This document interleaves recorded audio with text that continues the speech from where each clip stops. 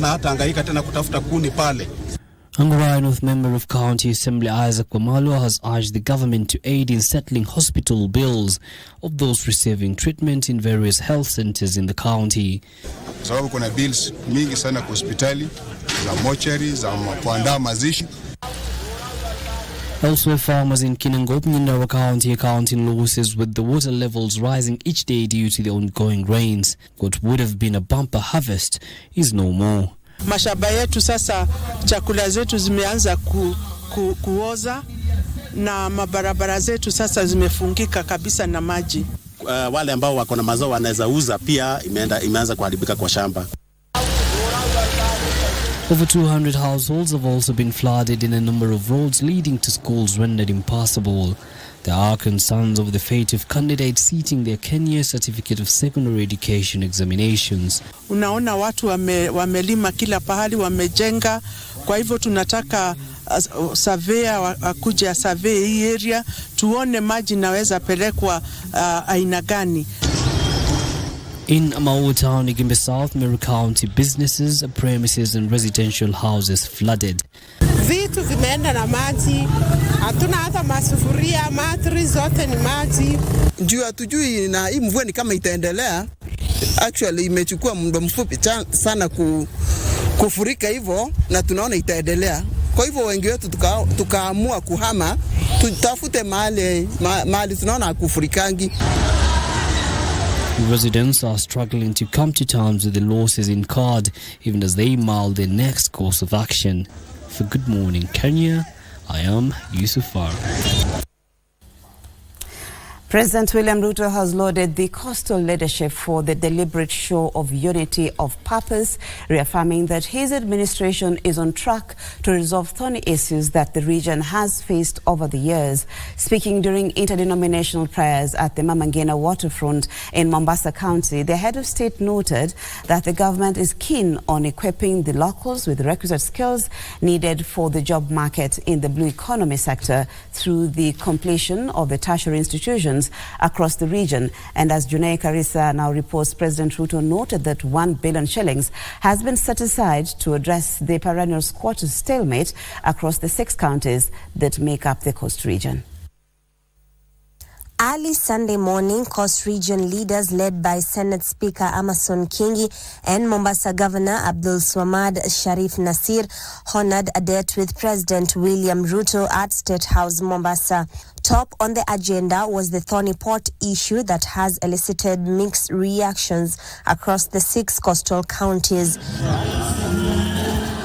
Thereafter, the head of state and his entourage headed to Mama Ngina waterfront for an interdenominational prayer and Thanksgiving service. It is here that the head of state affirmed the government's commitment to investing in the region's workforce. The government has set aside 1.5 billion shillings to enhance beach management units, as well as the construction of fish landing sites across the coastal stretch. Tunataka kutumia blue economy kuzalisha ajira, kuzalisha chakula na vile vile kupanua uchumi, mapato ya watu katika sehemu hii. We need the correct human capital.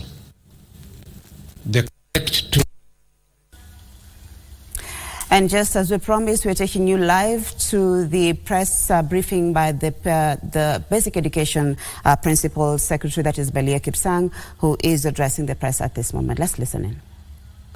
Because what we've been doing for the last 4 years is the most important. And whatever results that our children will get is as a result of the input that we have been able to do, working with your teams in schools. The only thing I would want to ask ourselves, you know, when our colleague read the scripture this morning, there was what she said about trust. And you know, it is so important to be trusted. And sometimes we have betrayed ourselves as a profession. I'm a teacher myself, so I will not be saying that I'm accusing you. I will be accusing all of us because we are all teachers. And that maybe what we've done is that we have betrayed that trust. That all of us trust us to be with the children for 4 years. And everybody would celebrate us with those children for 4 years. But for 3 weeks that we take them through an assessment, to be able to get feedback from what we've been teaching them, is the time that nobody would want to trust us. We need to reevaluate ourselves and say, would it be that we are the problem ourselves, or is somebody else the problem? And if we are the problem, then what do we do to be able to correct that situation so that going forward we shall be trusted for the work that we've been given to do? And that's why God gave us an opportunity to be co-creators of the human beings. So today I would really want to urge ourselves that let's reflect as professionals, as teachers. And I say this without fear and contradiction because I'm one of you, I'm a teacher. I taught in high school like the way that you are teaching yourselves. And therefore, I would want to look forward to a situation where we reduce the processes that we go through to assess our children. It should be more simpler. We should be allowing you to pick examinations for the next 1 week today. But we portray ourselves that now we need you to even pick it twice. And it's not because of our children, it's because of ourselves. So really we need to address this trust issue so that going forward we can trust ourselves and we can trust the work of our hands. And that our children should be left to be children. Let's leave them to be children. Let them give us their full potential. Let's give them an opportunity to give us their full potential. Let them give us their best. And we should not divine that best for them. Let it be from themselves. Because maybe part of the problem is that we have been defining for them what is best. And out of that, we've been taking them through situations that they should not be going through. So as a teacher, as a parent, I think as parents also we should be able to trust our children. But most importantly, we should be able to trust those people we have entrusted our children to, the teachers. So that we don't go into mobilization situations where we get resources to try to do the wrong thing. So once again, my good colleagues, I think today I felt that, when we ask you to be in the container twice, it is a signal to ourselves. And it's a direction that we should not be going. Because I'm sure as professionals we can do better. Yeah, we can do better. And that's what I will urge all of us. But I would want to thank your colleagues at the primary school section. Because last week we had quite a successful examination and assessment. I look forward to ourselves having a successful run for the next 14, 15 days. As we go through this examination. I acknowledge that there is enhanced rains in the last 3 days. Yesterday when I was engaging with our colleagues in the field, there is quite some enhanced rains in Tana River. I know it is very tough. In Nyakach it is not very easy. And we continue to monitor how the situation is. But once again, let's work together. I can tell you one thing is that this year, we are better coordinated, mainly with the multi-agency team. The multi-agency team has been doing a very good job. Our colleagues from the technology side of work, the communication authority, the cybercrime team, I can tell you they have brought down quite a number of social media sites. We've arrested quite a number of people who've been playing mischief with our children. And we look forward to totally eliminating this particular mischief so that we make sure that our children are children and that they are given an opportunity to realize their full potential in a natural way. You know, I usually tell people, some of us who come from the county of champions in terms of athletics, you know, athletics, you can do anything. You can wake up every morning and practice well. And from where I come from, they can tell you, don't sell your land. I'm going to New York Marathon. When I come back, I'll pay it. Because they are sure that they have been practicing enough and they are going to do it. And in this marathon of hours of education, our children should be the same. They should come as they open for the third term, the term of examination. They should be able to tell their parents, Mom or Dad, don't worry, I'm going for that time. We are going to do examinations. I can assure you that I've had a good team of teachers and we are ready for the examination. And that we shall do it clean. And you know, when they do it clean, they will go a longer way. I can tell you those guys who take drugs to win a race, they only win it once. They don't repeat it. And even in this field of ours, let's not make our children to win once. Let them win for a long haul because they have done it in a natural way. So once again, I would want to wish you well as our teachers. I would want to wish the young ones well, and that we look forward to a good week. I would want to assure you that these good people, our colleagues from the security sector, should be making the environment safe for our children.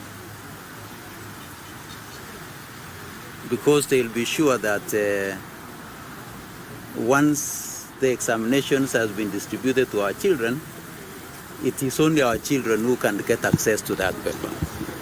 Let's make it a reality. Let's make that a reality. But once again, for our colleagues in the fourth estate, I would want to most sincerely thank you. I think we had a good run together last week. We had a real good run together last week.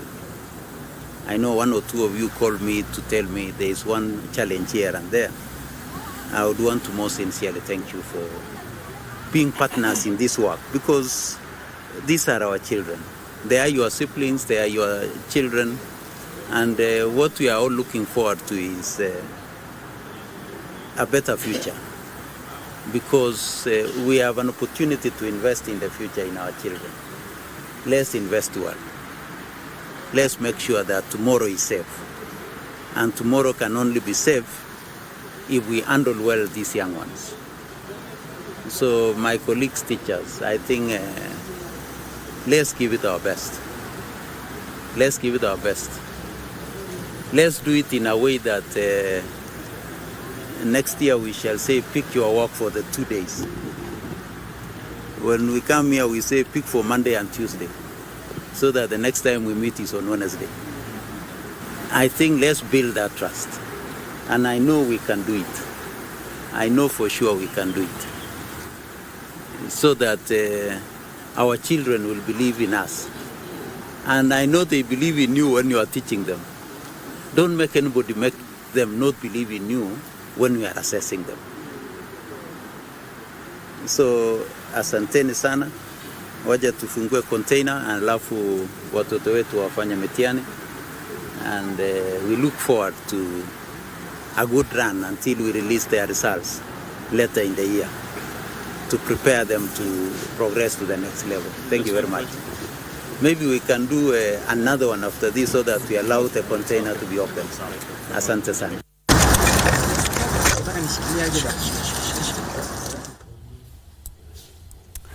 Well, that is Dr. Belia Kipsang, the Principal Secretary, Basic Education, speaking there to the press, just addressing the process of exam distribution. Of course, we know that the Kenya Certificate of Secondary Education, that is KCSE, is beginning this morning. And so he's just spoken to the whole process and also just commending teachers and the students for the good work, at least in as far as preparations are concerned. Also just kind of cautioning teachers, you know, and all the stakeholders to let the children be able to assert themselves and not to be coerced. And I think that is something to do with exam cheating and all that. So my colleague Frederick Parsayo is there and will be bringing us more details in as far as the KCSE exams are concerned. And Dr. Belia Kipsang also assuring that all the students that are sitting these examinations, despite the rains, will be able to sit the exam. So thank you once again. We continue with the news this morning, where President William Ruto has lauded this coastal leadership for the deliberate show of unity of purpose, reaffirming that his administration is on track to resolve thorny issues that the region has faced over the years. Speaking during interdenominational prayers at the Mama Ngina waterfront in Mombasa County, the head of state noted that the government is keen on equipping the locals with the requisite skills needed for the job market in the blue economy sector through the completion of tertiary institutions across the region. And as Junei Karisa now reports, President Ruto noted that 1 billion shillings has been set aside to address the perennial squatters' stalemate across the 6 counties that make up the Coast region. Let's get the details once again. Sunday morning, Coast region leaders led by Senate Speaker Amason Kingi and Mombasa Governor Abdul Swamad Sharif Nasir honored a date with President William Ruto at State House, Mombasa. Top on the agenda was the thorny port issue that has elicited mixed reactions across the 6 coastal counties. Thereafter, the head of state and his entourage headed to Mama Ngina waterfront for an interdenominational prayer and Thanksgiving service. It is here that the head of state affirmed the government's commitment to investing in the region's workforce. The government has set aside 1.5 billion shillings to enhance beach management units, as well as the construction of fish landing sites across the coastal stretch. Tunataka kutumia blue economy kuzalisha ajira, kuzalisha chakula na vile vile kupanua uchumi, mapato ya watu katika sehemu hii.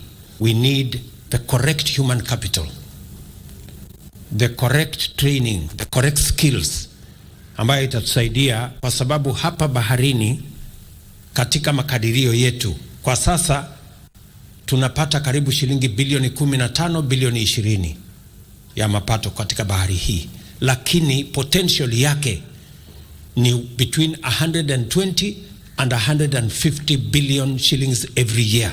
Mambo ya bandari, kalamu yako ya kwanza ilifufua bandari ya Mombasa, na sasa unaendelea na mambo ya uchumi samawati, na mambo yote yale yanahusu mkoa huu yako katika mikono salama ya rais wetu. President Ruto maintained his unwavering resolve to concede the ports of Lamu and Mombasa for increased annual revenue. Kurudisha port operations peke yake hapa haitoshi.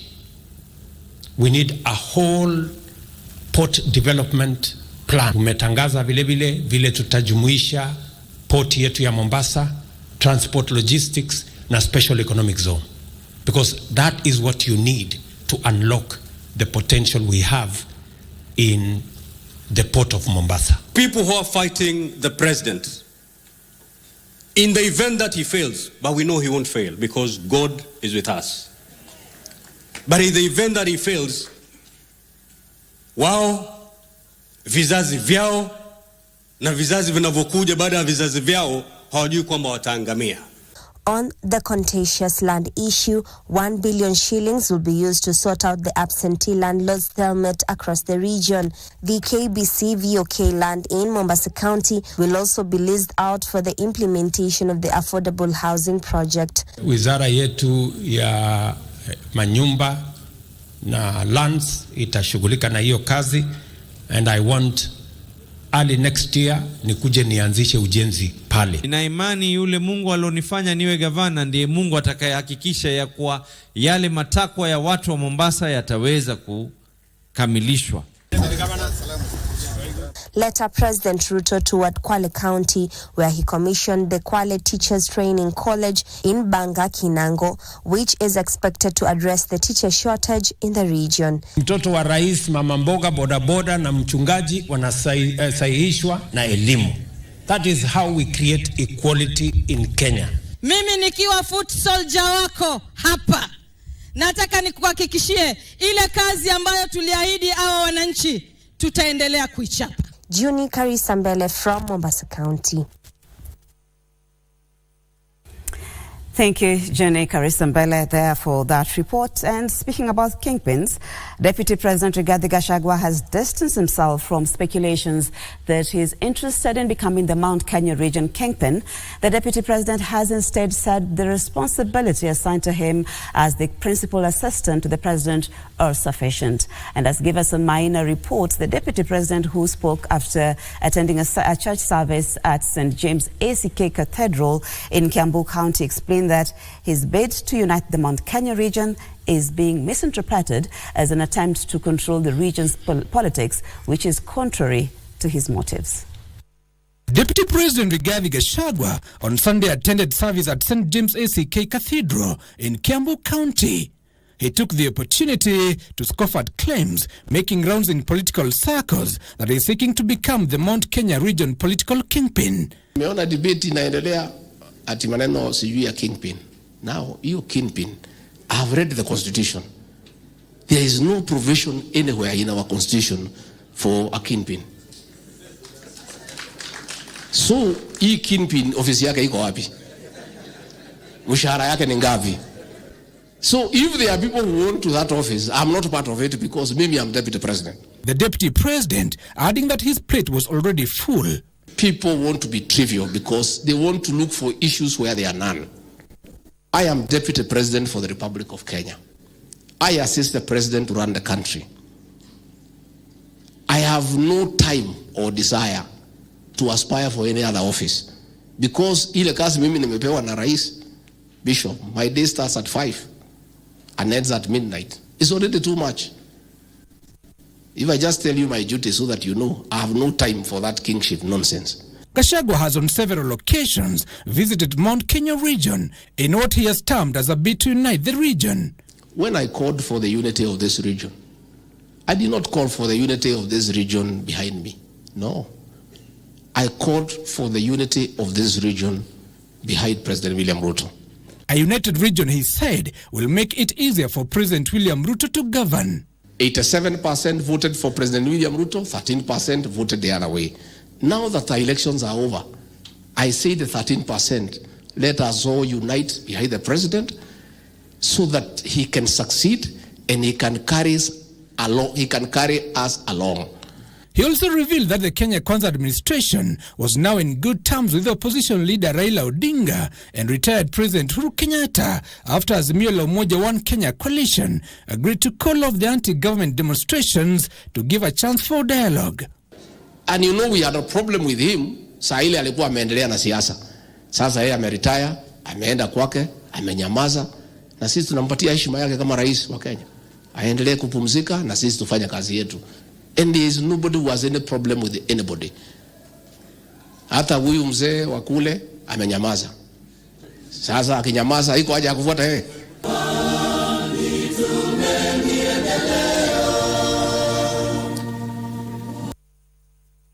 Still keeping with the Deputy President, where the Deputy President, that is Rigathi Gachagua, has summoned Kiambu County Governor Kimani Wamatangi, area members of Parliament and ward representatives to a meeting today at his official residence in Karen in a bid to unlock the political deadlock that has degenerated into a plot to impeach the governor. But as Giverson Maina now reports, Wamatangi is not taking it lying down and has listed achievements made under his tenure to defend his leadership.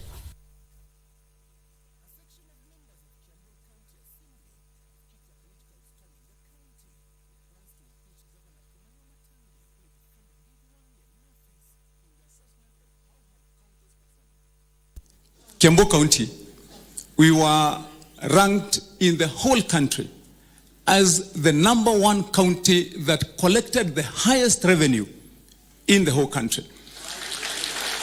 We collected 3.6 billion that has never been collected for 11 years in this county by any other government. But a section of area MPs, led by Kikuyu lawmaker Kimani Ichung'wah, warned that despite the county boasting of some achievements, the Kiambu electorate was of a different opinion. It is one thing for us to thump chest. It is another thing to enumerate things that we say with our words from the mouth. But it is another thing for Wanjiko down on the ground to be able to feel the things that we say are happening today. Deputy President Rigathi Gachagua accused the county government of issuing licenses to bars that he claims were selling illicit brews to the county residents. I'll talk to Governor Wamatangi tomorrow about the licensing of bars in this county. We must confront that situation, Wamatangi. We must confront it. Much as we want revenue, but at what cost? Hao viongozi wote tulichaguliwa one ticket. Nimewaita kesho. MCA watafika saa moja. Niwasikize for 3 hours. MPs waingie saa 4. Governor aingie saa 6. Deputy President Rigathi Gachagua is set to meet Kiambu County Governor, area MPs and MCAs tomorrow in a bid to resolve the stalemate that has seen a section of MCAs call for the governor's impeachment. Reporting there, Information, Communication and the Digital Economy Cabinet Secretary Eliud Owalo has called for empowerment of women through initiatives such as Women Enterprise Fund. He was speaking at the Nomia Church in Manyata Estate, Kisumu Diocese.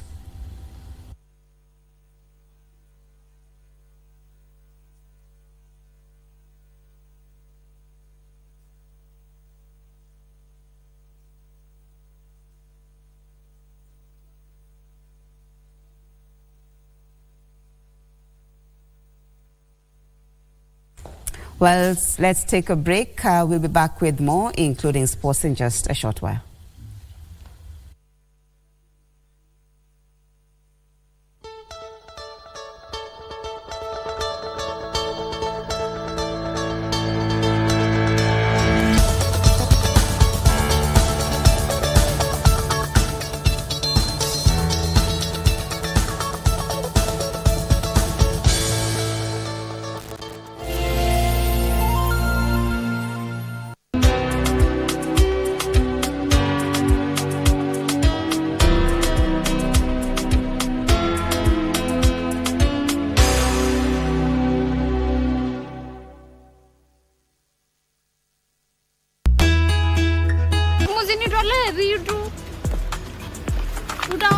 Ungekula unasisumbulia tu watu muoshe tu. Umeonaje? Sasa mimi nakaa hiyo line ya pili hapa. Si mbaya lakini is not my standard. Hata tuju kidogo tu. Chapa kumbe ni 20 bob. Yaani wewe umezunguka huko kwote kwenye ukutafuta kazi, ukaona ukuje hapa upandisha chapati kwa 20 bob. Sasa hii ni hasara ngapi mmenipatia jamani? Kona gapi? Nilikuwa na nini? 4,000. Elwin. Inya. Uncle She. What?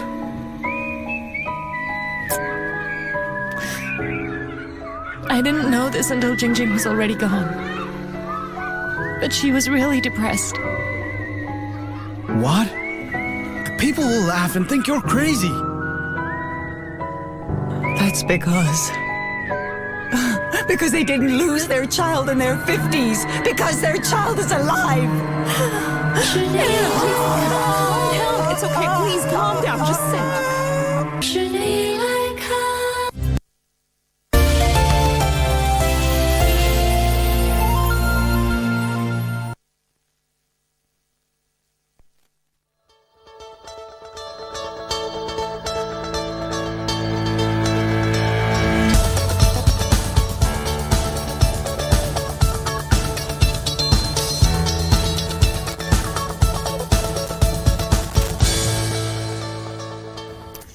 Welcome back. Now we continue with the news where the Kenya Broadcasting Corporation Shore FM fraternity yesterday donated foodstuffs to Sisters of Emmanuel in Gatanga, Murang'a County, who run a rehabilitation program for alcohol addicts in the area. Lauding the noble gesture, Sister Mary Nyambura, who heads the initiative, observed that so far over 70 addicts have undergone counseling in the past 3 years.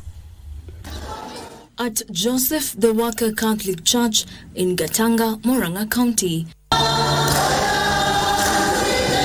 a group from Emmanuel's self-help rehabilitation program joined the congregation for Sunday Mass before convening their counseling meeting. Our bishop in the diocese had requested us to, he requested the pioneers, I'm a pioneer, to help those who are living, those who are alcoholics, addicted, and who even spend nights outside their homes to come back to home and come back to the church. Since I had that passion, I felt compelled now to go out to the shopping center and find a few.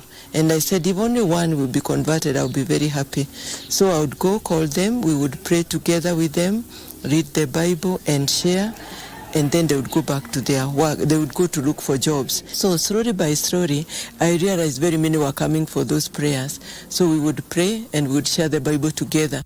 John Mashujaa, aged 40, describes his journey of recovery. He notes alcohol cost him his job and family.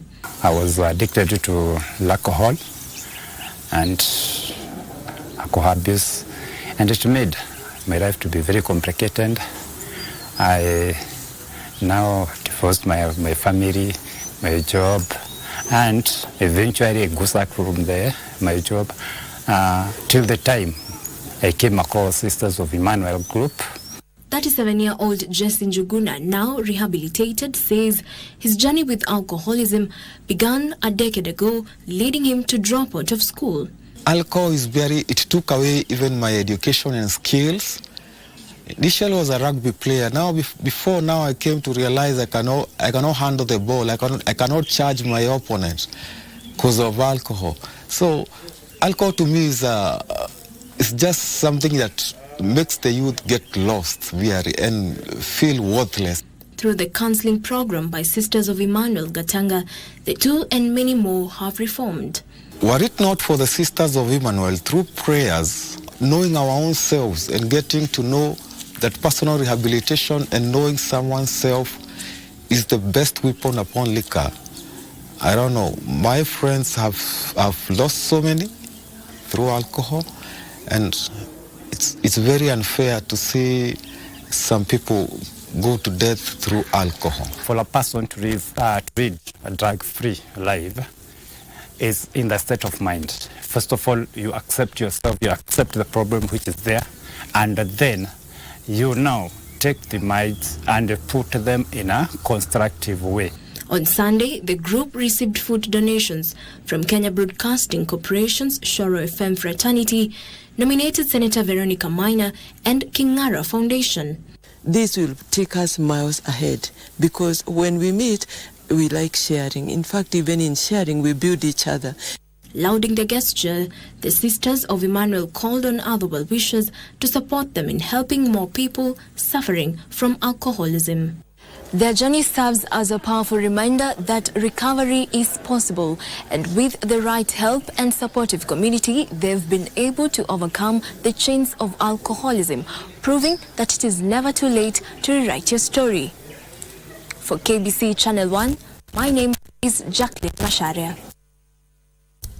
Thank you, Jacqueline Masharia. So now let's look at sports, where Powerhouse Kenya Ports Authority trounced Rwanda Energy Group 87-53 in a one-sided final to lift the 2023 FIBA Africa Zone 5 title in Kigali, Rwanda. Now, Kenyan international, that is Victoria Reynolds, scored 22 points, 8 rebounds and 2 assists as the Anthony Ojuku Chargers recaptured the regional title. KPA will now represent Zone 5 of this year's FIBA Africa Women Basketball League slated for December in Egypt. The newly launched women's club competition in Africa will see the introduction of new rules that require every team to have at least 8 national players and 4 foreign players, including 2 plying their trade in any African league and 2 from outside Africa. Meanwhile, Betty Kananu scored 17 points and 8 rebounds to lead Equity Bank Hawks to a 3rd place finish in Kigali. Yakabaye atanga nko mu mikino ibiri heruka bijanye nuko nubundi equipe akubitiramo nivune ku munsi w'ejo yagimo diferanse akabara amanota 19 mu jabura umunota n'amasegonda 20. Reka turebe ko Anastasia n'umupira penetra yinjiramo atereka Mariko biranga offensive rebound ya Betty Kalanga amanota 2 araga Betty wabyanze no totari pepe Betty Kalanga bikabwa mwanje no totari Mino Owito. Reka turebe Martina Okoti kwa Natali azamuka neza cyane akabambwira ko umukino warangiye hano barambwira ati musoze gahunda umukino ukaba urangiye hano ekipe ya Kenya Ports Authority ikaba itsinze Rege Women Basketball Club amanota 72 ikinyuranyo cy'amanota. Well, that's where we want to end the news this morning. Thank you so much for taking the time to start your day with us here on Good Morning Kenya. I'd like to take this opportunity also to wish the KCSE candidates the best of luck as they sit the exams. Word coming from the ground is that the exam papers are already being distributed. We'll be bringing you up to speed in as far as that particular event or the distribution and exams, process is concerned. My colleague, that is Frederick Parsayo, is on the ground and we'll be bringing you details of that later on in the day. So I now want to give room to none other than my colleague, that is Victor Law, to take you through Eye on Politics. My name is Maria Yambo. Hope to see you again next time.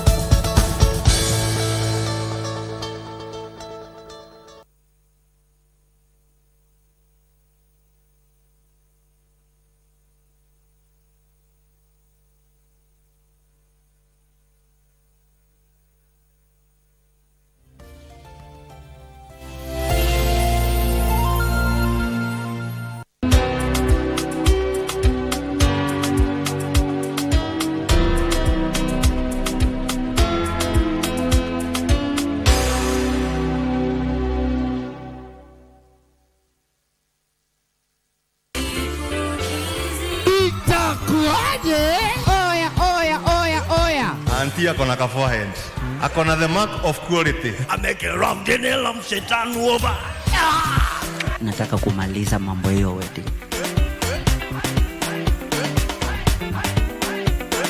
Kwanza kiongea kitu kia Beatrice sana. Rosi Paul. Umenimaliza kama chai kwa kikombe. Sisi zote zimebaki December, September, October. Wanaona, I know my life wala. Ni kama tu nikuja nikwambie uko na kichwa kubwa. Sasa makosa si au sio? Ndio manake. Okay. Every Monday from 8 p.m. to 9 p.m. on KBC Channel 1.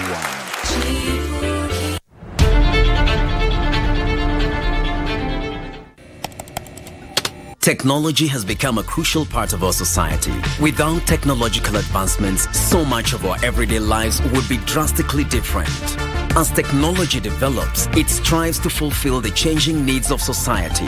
This means that technology exists to help us achieve the things that we wouldn't be able to achieve without it. Take on Tech looks at the advantages and downside of technological innovation in a world that is becoming increasingly dependent on new digital technologies. Every Monday at 10:30 p.m.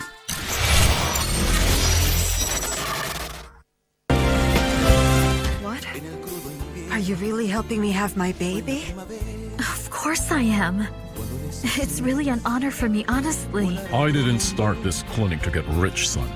I did it to help the people of the town. And I will not let you to destroy it. You should have seen the state Sergio was in. It's not fair, Amparo.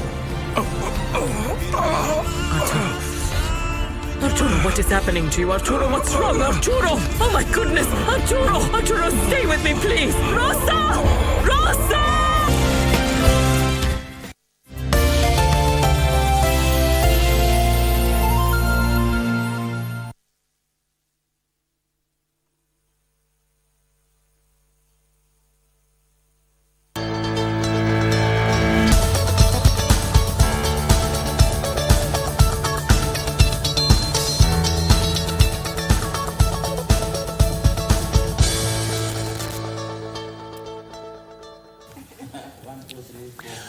All right, thank you so much for joining us. Welcome back to the program. My name is Victor Lo. It's now 18 minutes past the hour, 7 a.m. It's a day that over 900,000 students are sitting for their Kenya Certificate of Secondary Education, otherwise known as KCA, starting right now. Bello Kipsang there flagged off the official opening of the exams and will be joining our reporters later on in a subsequent bulletin, or probably getting a live link on what is happening right now across the country. That is happening at a time when there's some heavy rains pounding the country, and that is that is Bello Kipsang there. You have it. Earlier on, speaking during the official opening of the papers in Westlands. Probably if we can just take a listen on what he's saying, Director.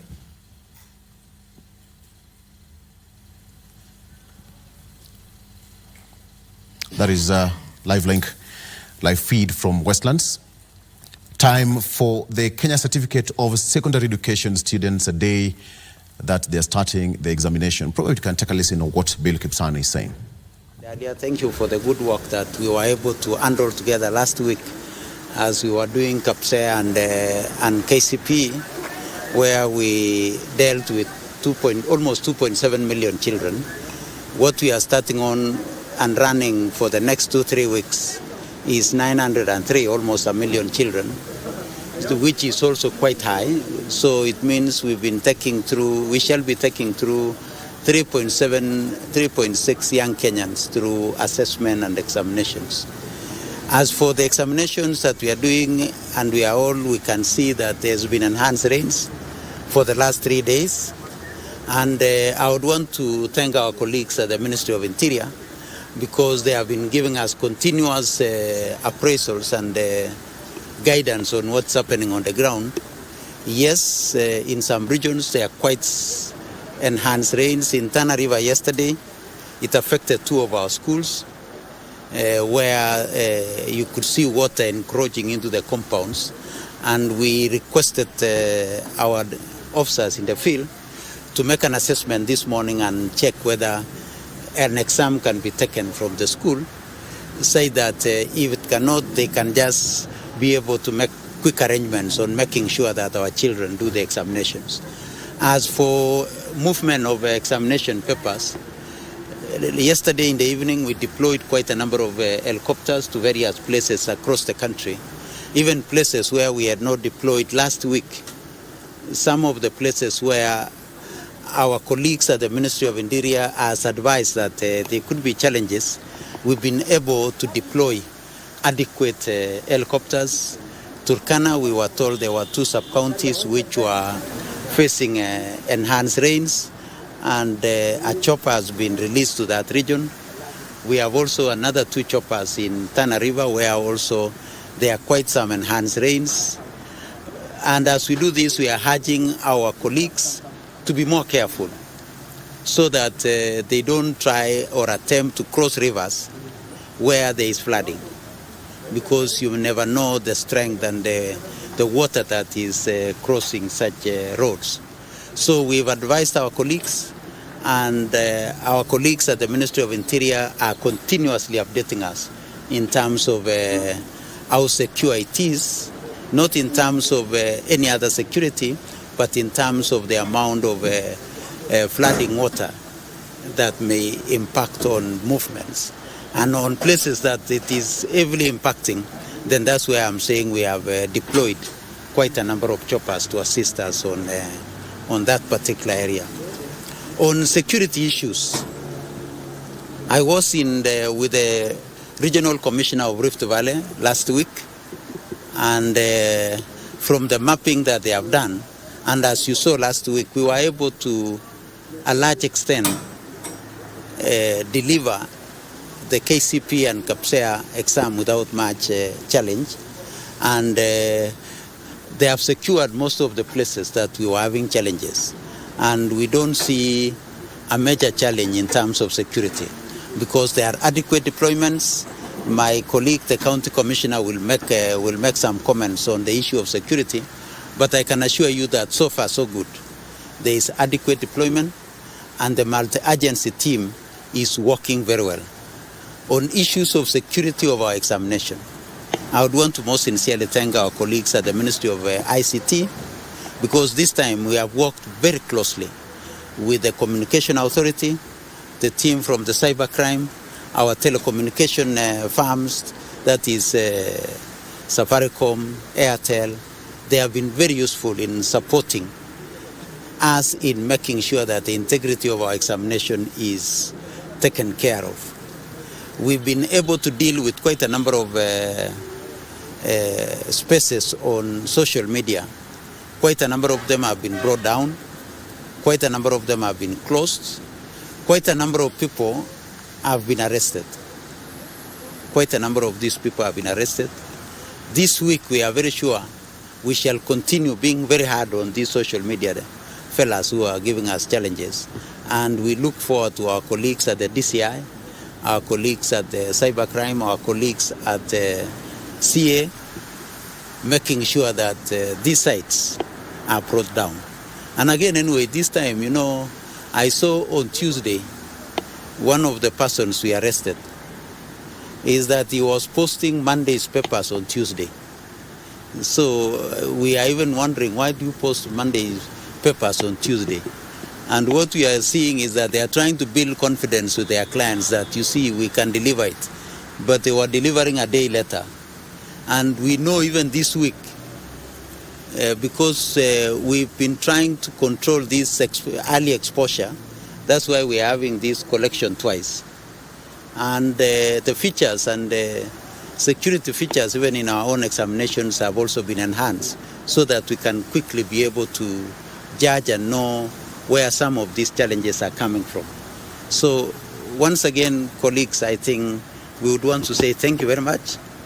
Let's continue to be partners in this process, because these are our children. These are your siblings. These are part of us. And therefore, if we continue the same way we walked last week, then I can assure you that we are moving towards better examination. And you could see the security features. Even opening the paper today is that we had to open the box, thereafter open the seal for the morning session, and then now get the examination for the school. So these are some of the enhanced ways in which we would want to make sure that we protect the integrity of our examination, because, you know, across the world there are two very critical things. The passport, if your passport is compromised, then as a country you are exposed. The next thing is that if your certification is compromised, then also as a country you are exposed. So being in charge of the second one, certification, we would want to make sure that we do not expose our country and we do not compromise the future, because if we don't do that, then we are compromising the future, because these kids will not be taken as having gone through a process that can be used anywhere else outside our borders. We would want to make sure that our children are useful beyond our borders. Maybe you just mentioned about the choppers. What about those institutions where we find a place that's flooded? What are the measures going to be taken there? That's the one I said. We've informed our officers, together with our colleagues at the Interior, that they do a quick assessment. And if that environment is not tenable for an examination, then they can be able to move our candidates to a better, nearer. All right, that is Belio Kipsang, their PS for Basic Education, talking Westlands, during the distribution of examination papers, saying that so far enough security have been deployed across the country to take care of the examination starting today, as well as deployment of police choppers, which will be helping in the distribution of papers where accessibility is now being hindered due to the heavy rains. He's also talked about the issue of exam fraudsters or cartels who are out to interfere with the examination. That is said, a couple of guys have been arrested, but still the government is going to do much more to make sure that the examination is taken in a more serious manner. Over 903,000 candidates are sitting for the examination that will run for the next 14 to 17 days until the end of, sometimes end of part of next month, and that is going to be happening across the country. From here, the KBC, we wish all the students sitting for the examination all the best in their examination. All right, so right about now, let me take you through the traffic situation. As you know, it's been raining in the country. Before we get to a discussion, good morning. Let me take you through the traffic situation in the country. Very well, let me start with the CBD here. Nairobi CBD already, if you can see what you're seeing on your screens right now, is Thika Road. Thika Road past KCA, that is past Drive-In, almost heading towards Outer Ring Road, bumper to bumper, as you come towards Pangani, past Utali Hotel, all the way to Mudaiga interchange there. That spills over to Kiambu Road.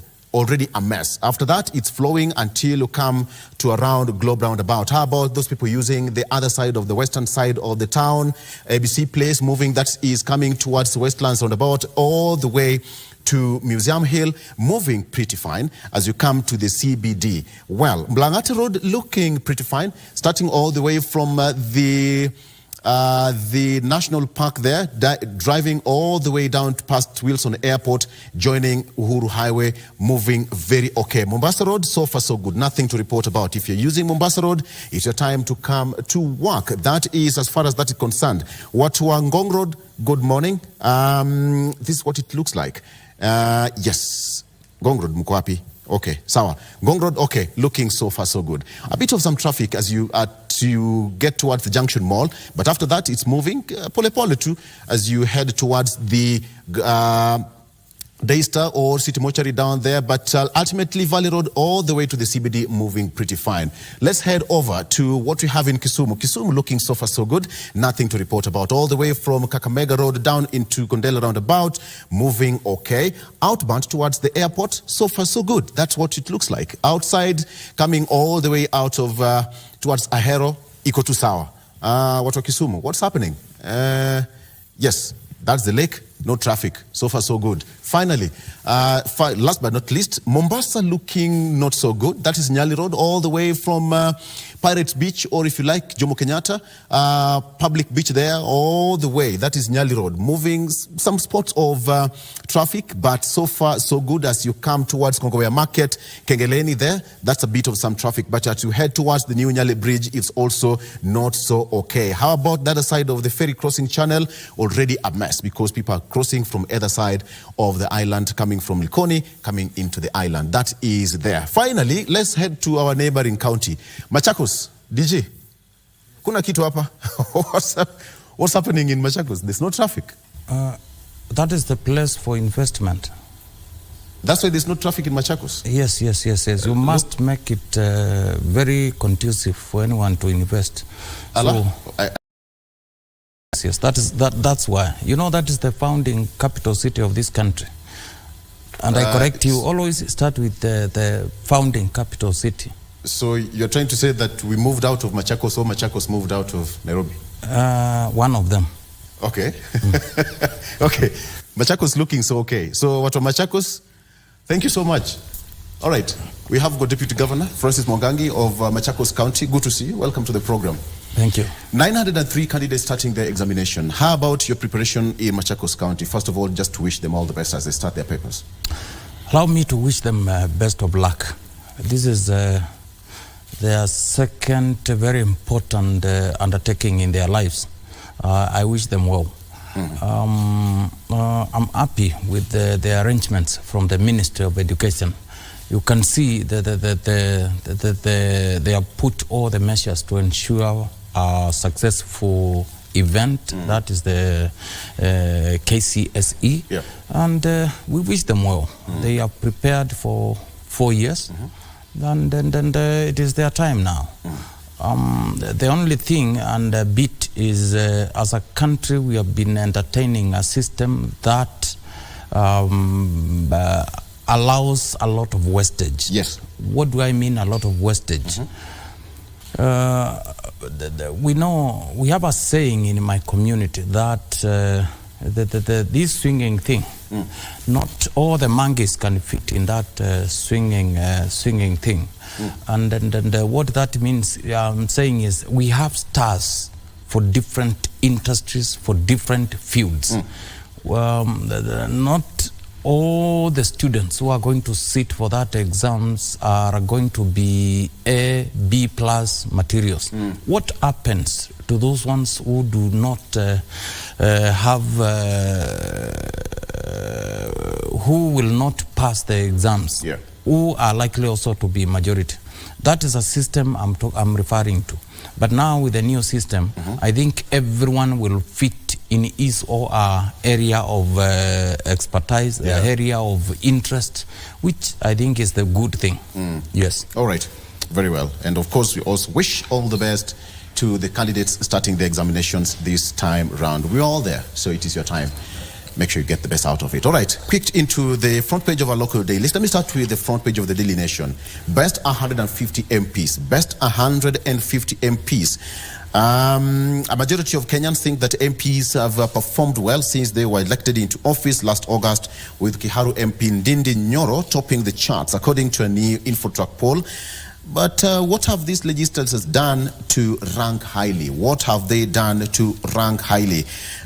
Just a quick one, that Kiharu MP Ndindi Nyoro is tops with 70%, followed by Kangema Member of Parliament, that is Peter Irungu, with 68%. Again, the South MP, John Migwi, with 66%, and the number continues on and on and on. What did they do to rank that? Page 2, 3, and 4 of the Daily Nation. Ndindi Nyoro leads the pack as MPs are rated in the new survey. According to the poll, Kiharu's Ndindi Nyoro is the best performing MP in the country with a performance rating of 70%. And a majority of Kenyans think that MPs have performed well since they were elected into office last August, that is last year. And what do you make of this, DG? You've been a member of Parliament before, and a couple of questions when people asked how they rate their members of Parliament is either delivery of their promises or their real interaction and their presence in their respective constituencies. One, as a researcher myself, I'm not doubting that ranking. But you know, these members are too many in Parliament. So I would also wish to congratulate those who happened to be in the top 150. But I hope it is not because of how they appear in the media, but in the performance back in their constituencies. Yes. At least when you see the member who topped, that research has gone back to even his constituency, where he represents Kiaru. And they have picked some programs that he has initiated that are transformative. I think what I can say is those who did not perform so well, maybe they need to go and learn from those who topped and see how they can use those strategies in their own way back in their respective constituencies. Remember, we are elected to serve the public. Sometimes we go in there and use that opportunity to do other things which are not related to why we got elected. So I think I want to commend those who found themselves at the top and urge them to do more to humanity. What is the significance of this kind of research? Once it's done and the polls are out, the ranking is also out. The significance? Politics is about perception. Right. If you are top it means that is the kind of a leader we want. If you are top, it means you are a person we need to look up to. If you are top, it means you are a transformative leader. It means you can even transform a country. It means you can even transform a county. If you are featuring nowhere, it means you are nowhere all through. But if we are to assume this was done objectively, there was no influence from anywhere. So in this case, it has a significance. It has a significance. It also means a wake-up call to those who are not felt by those who elected them. So it has a lot of significance in this.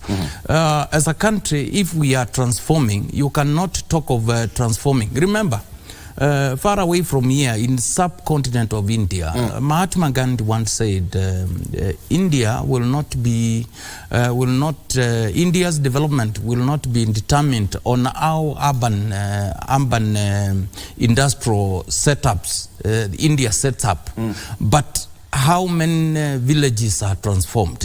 Now, in this case, these are leaders who represent various constituencies across this republic, 290 of them.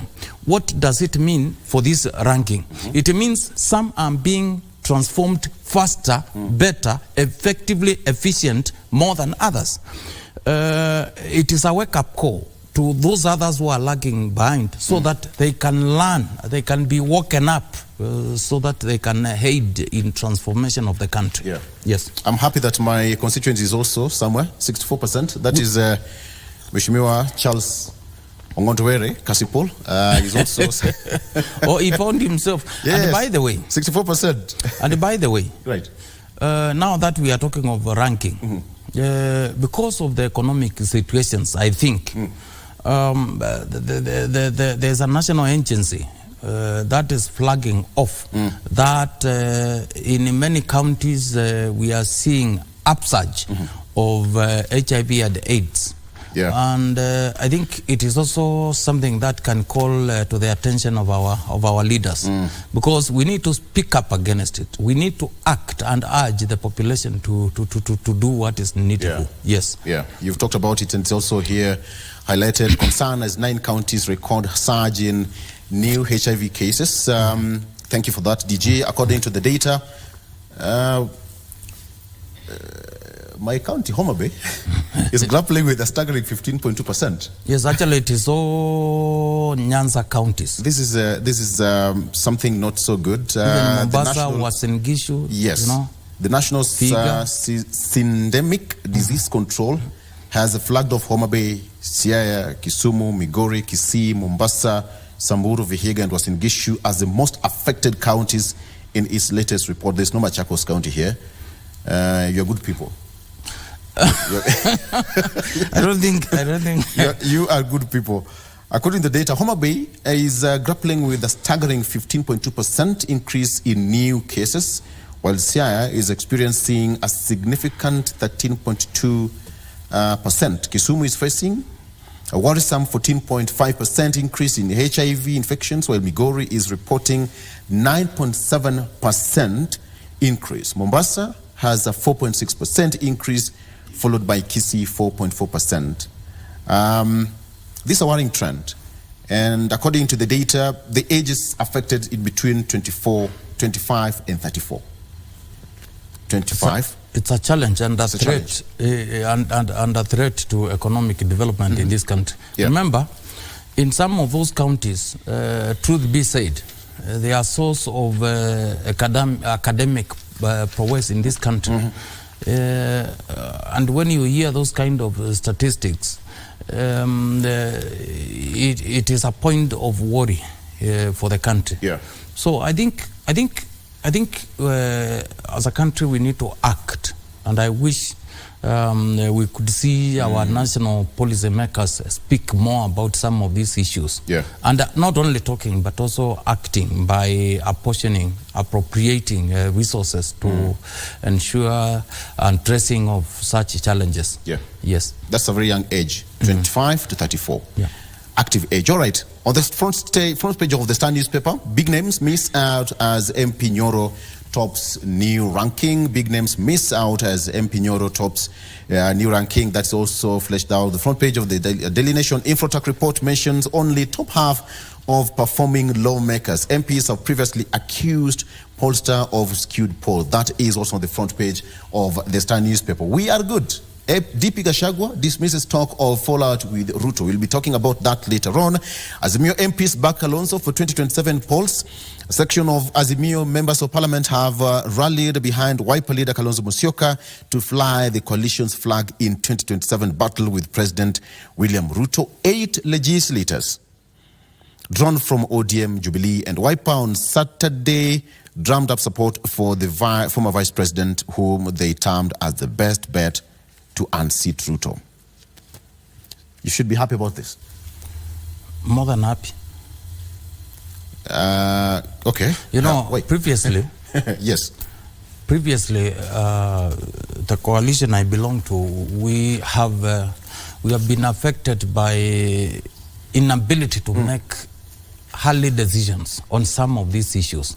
I'm very happy it is now coming out 1 year and 1 year after election, 4 years to the next election.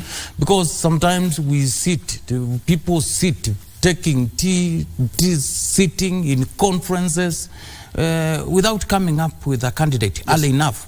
It is good you come up with that candidate and ensure he or she traverses this country to market himself or herself. It is a very good thing, and I'm very happy about what is happening. That is how democracy in this country will grow. Because early enough, we know who is the candidate on the other side. Early enough, we know who is the candidate on the other side. And the country is able to interrogate policies of these two candidates, policies of these two major formations. That is very important. Leave alone the tribal kingpinship. That is not here nor there. We need to interrogate. By the way, the reason why this country, I believe personally, we have, sometimes we go out to elect wrong leaders is because we do not have time to interrogate what they stand for. And we end up electing thieves. And then soon after election, the electorate starts crying from day one because of what is being implemented opposite of what they were promised during the elections.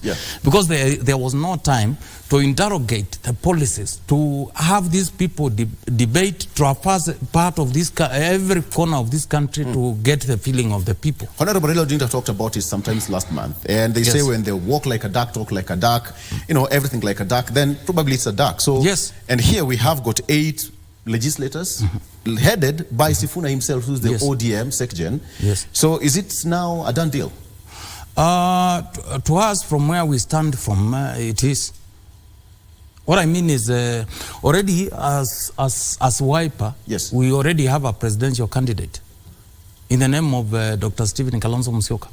Without ratification of members, the NDC? Well, NDC is constituted by National Executive Committee member, where I sit.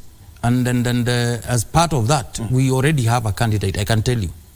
I've never heard anywhere anybody who has an interest.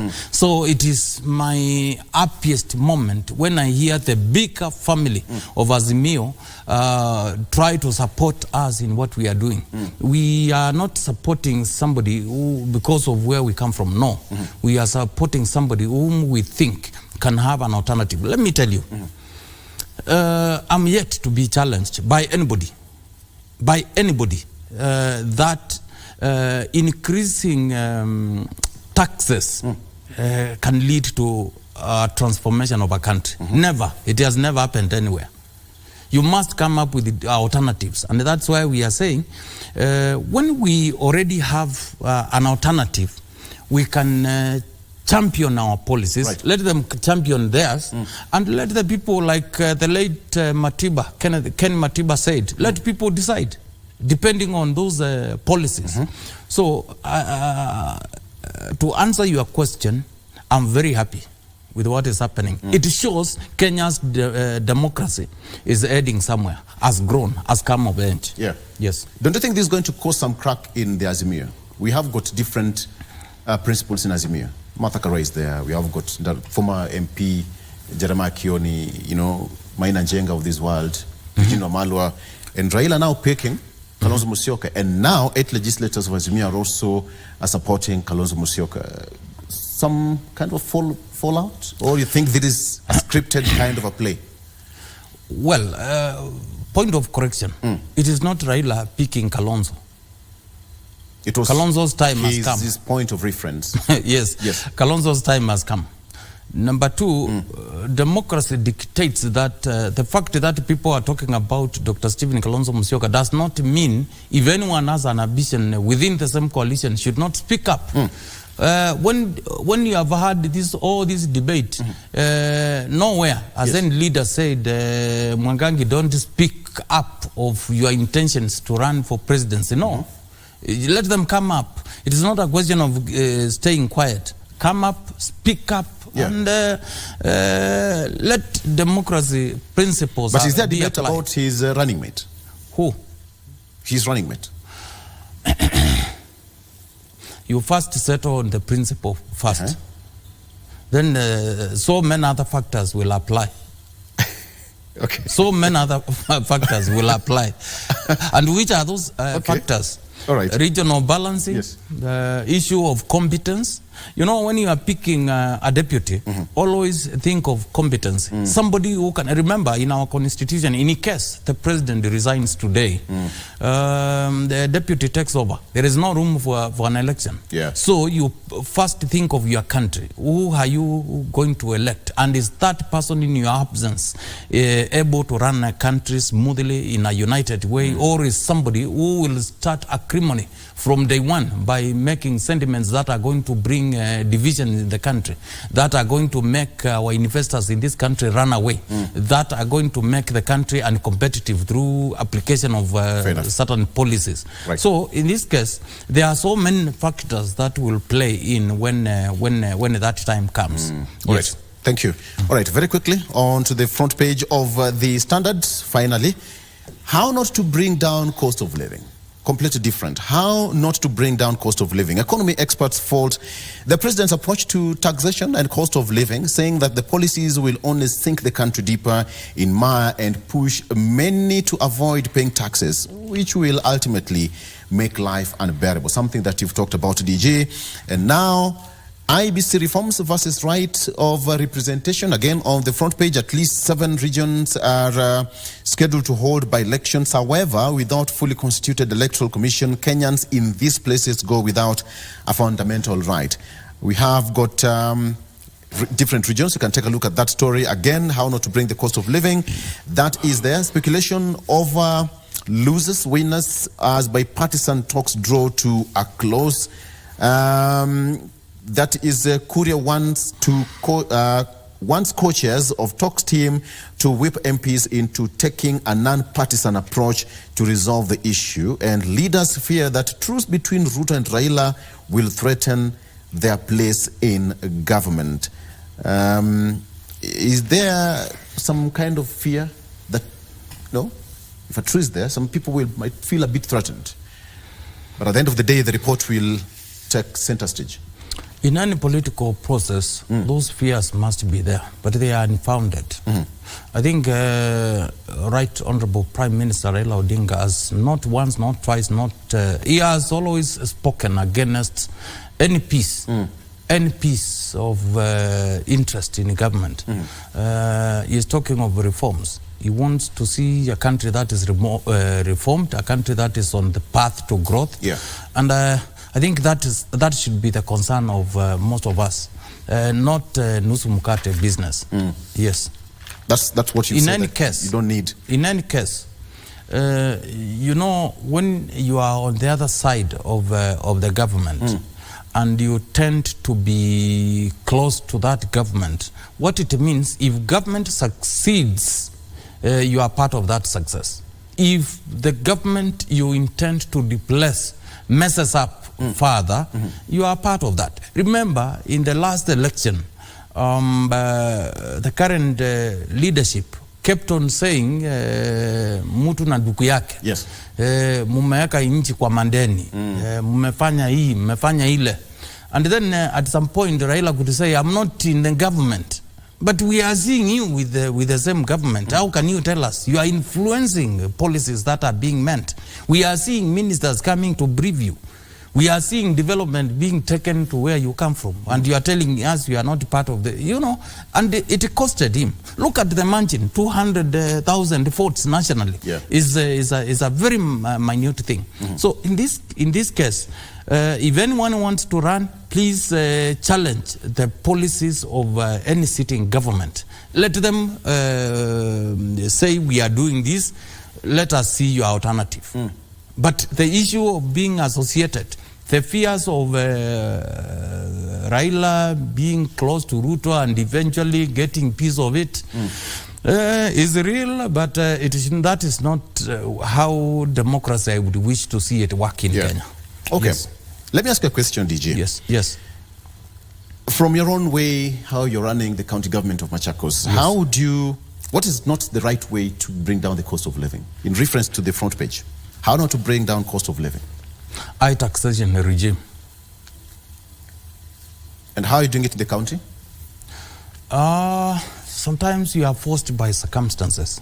But what we have done, what the administration of Governor Wavinya Ndeti has done is not to raise so much the taxes. We have tried to maintain what the former regime did, but we have also capped down on wastage. I can tell you, like myself, I've not even traveled out of this country on taxpayers' money. Yes, I've traveled, but not on taxpayers' money. I can tell you, we have tried as much as we could to widen the tax bracket, bring more to paying taxes as opposed to increasing taxation. We have also tried to curb corruption. I can tell you, not even a single pending bill as a result of Governor Wavinya's inability to pay, other than what we inherited, which we are trying also to pay. So the best way not to bring down cost of living is to ensure you don't increase taxes. Increase the environment to invest in your county.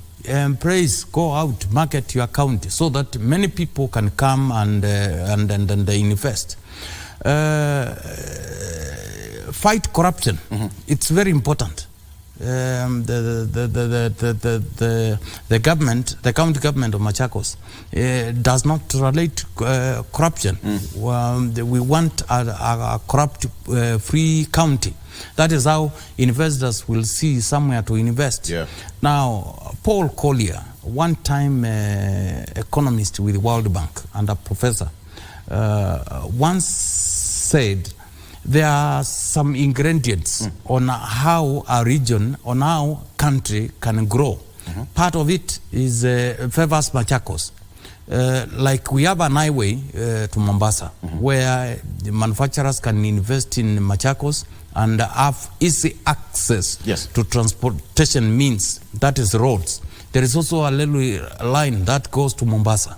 There is also the airport, which is supposed to be in Machakos, but somebody somewhere, seated somewhere, thinks it should. Yes, JKIA here is in Machakos. Yes, right. Yes. So people who want to travel faster can invest in Machakos and have easy access to that particular facility. So in this case, the way to bring cost of living in Machakos is to ensure as many as possible have a economic gainful way of gaining their daily bread.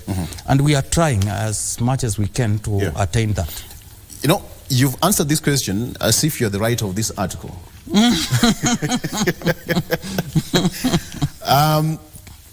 In examination, they said you had oxygen.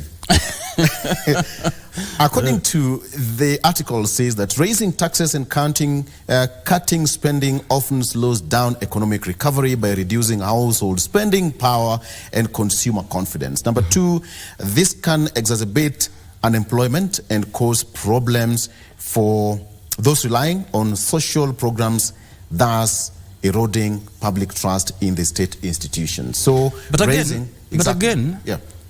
At national level, sometimes I sympathize with the new administration. Why? President Ruto came in and inherited a country that was in a certain state. Kenyans know better than I do. When you inherit maturing debts, which are maturing on a monthly basis, and then the counties want their money, constituencies want their CDF, you want to develop a country, you want also to ensure you meet these obligations of paying taxes. That balancing act, sometimes I sympathize with the head of state. But I think the people is economic think tank, can think widely and see the best way to raise revenue other than increasing taxes. Because I'm sure, I am pretty sure, so many, because of that increase of taxes, so many farms are relocating from this country and to that's not a very good thing, economically speaking. Yes. All right. It is good if you lower taxes, you attract more investors, you tax more, and organize those who are not paying taxes and bring them into paying taxes, no matter how little it is. At the end of the day, you will have more and you will have enough for the country. If you tax more, men will run away. If they run away, you will continue taxing more those who are remaining. And at the same time, you can also move around the town and you will find so many buildings are not fully occupied. What does that one tell you? Companies closing down. Many people amongst the population losing the employment, which is a challenge. We must look as a country a balancing act, and that is where this National Dialogue Committee now comes in, which I think they have a duty to do because they are in a position to at least summon anybody and listen to experts on some of these issues and maybe eventually do a recommendation that I hope the country will implement. All right. On the page 5, why Ruto's tax everything that moves approach is bound to fail. Why Ruto's tax everything that moves approach is bound to fail. The everyday Kenyan is fed up of watching YouTube and TikTok of large motorcades and frequent flyer pictures of leaders escaping a country where many struggle to get home, and Kenyans cannot afford a trial and error government when it comes to the worst. That is on the front page of the Standard newspaper. Very quickly. Okay, let's cross over and see what's happening across our borders. Of course, that's something that is taking center stage here on the BBC. We have it, US pushes for pause in fighting as Israel says that it has cut Gaza into two. That is on the front page. We all know what has been happening in the Middle East. With updates from that one, the U.S. Secretary of State has arrived in Turkey as he continues with his diplomatic tour of the region and push for a pause in the fighting. That is what is there. Israel says that it needs progress on the release of hostages before agreeing any pause in its offensive. The death toll continues to go up. And so far, it's gone midnight in London. That is what's there. This follows Antony Blinken's visit to the West Bank and Iraq on Sunday during a diplomatic dash to the region. DG, do you think that at some point there's going to be a truce between Gaza and Israel? What's happening there? That is the only way out, eventually. As much as Israel has its right to defend itself, I think the end game of that war, it has to come to an end at some point. I think they will have the most likely is a truce that will end that war. Yes. Okay. How about we take a look what's happening here? King of Jordan says that urgent medical aid airdropped into Gaza. Jordan's Air Force airdropped vital medical supplies to a field hospital in the besieged Gaza Strip. King Abdullah II said early Monday. This is just a few minutes ago, actually updated at around 5 minutes ago. And this is a situation. And he's also said that most hospitals have been bombed, where a majority of people have been sheltering an Israel strike on a refugee camp Sunday in central Gaza killed at least 45 people and injured dozens, according to the health ministry. The Palestinian death toll in Gaza has reached 9,770 people, including 4,008 children, according to the health ministry again. So the number continues to rise. But as you said, the Ukrainian president said that at some Russian president and Ukraine said that at some point now this has really eased and, you know, completely shelved the discussion between Russia and Ukraine war. Now everybody's now concentrating on Israel and Gaza right now. But we cannot sit back and see our neighbors' houses on fire, DJ? You see, the developing world where Africa falls, I'm seeing a situation where the poverty level is going to increase. Why? Because whenever there are these armed conflict ongoing, you will see there is no much inflow from external to the continent. And that in itself will increase poverty levels. Now, even international trade, we cannot trade smoothly when Russia-Ukraine conflict is ongoing. There are some areas you cannot pass through, you cannot ship through. When Middle East is on fire, you expect many countries to take sides. So many countries will rush and assist the side they are supporting, meaning there is no time to focus on these poverty-ravaged countries. So when you hear the discussion internationally now, it is about what is happening in the Middle East, Israel and Palestinians. On the other side, we know there are conflicts. Even in our neighboring Sudan here, there is a lot of instability. Now, but nobody is talking about it because the interest is elsewhere.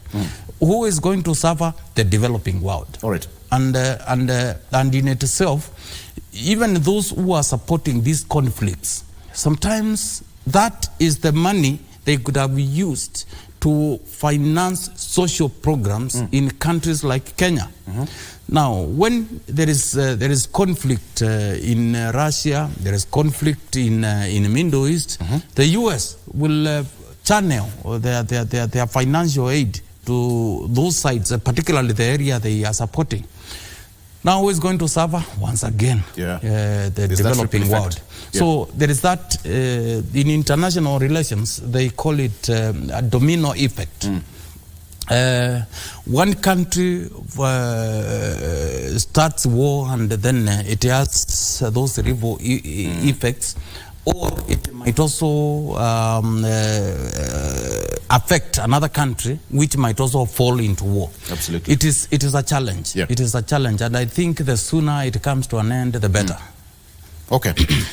I want us to listen to a clip here by the Deputy President yesterday. Very quickly, Director, if you have. All right. Let me get your point on this, DG. The Deputy President said that they are good, and he's not talking about the issue of being a kingpin. In Kambani, I would assume that you have a kingpin. I don't know.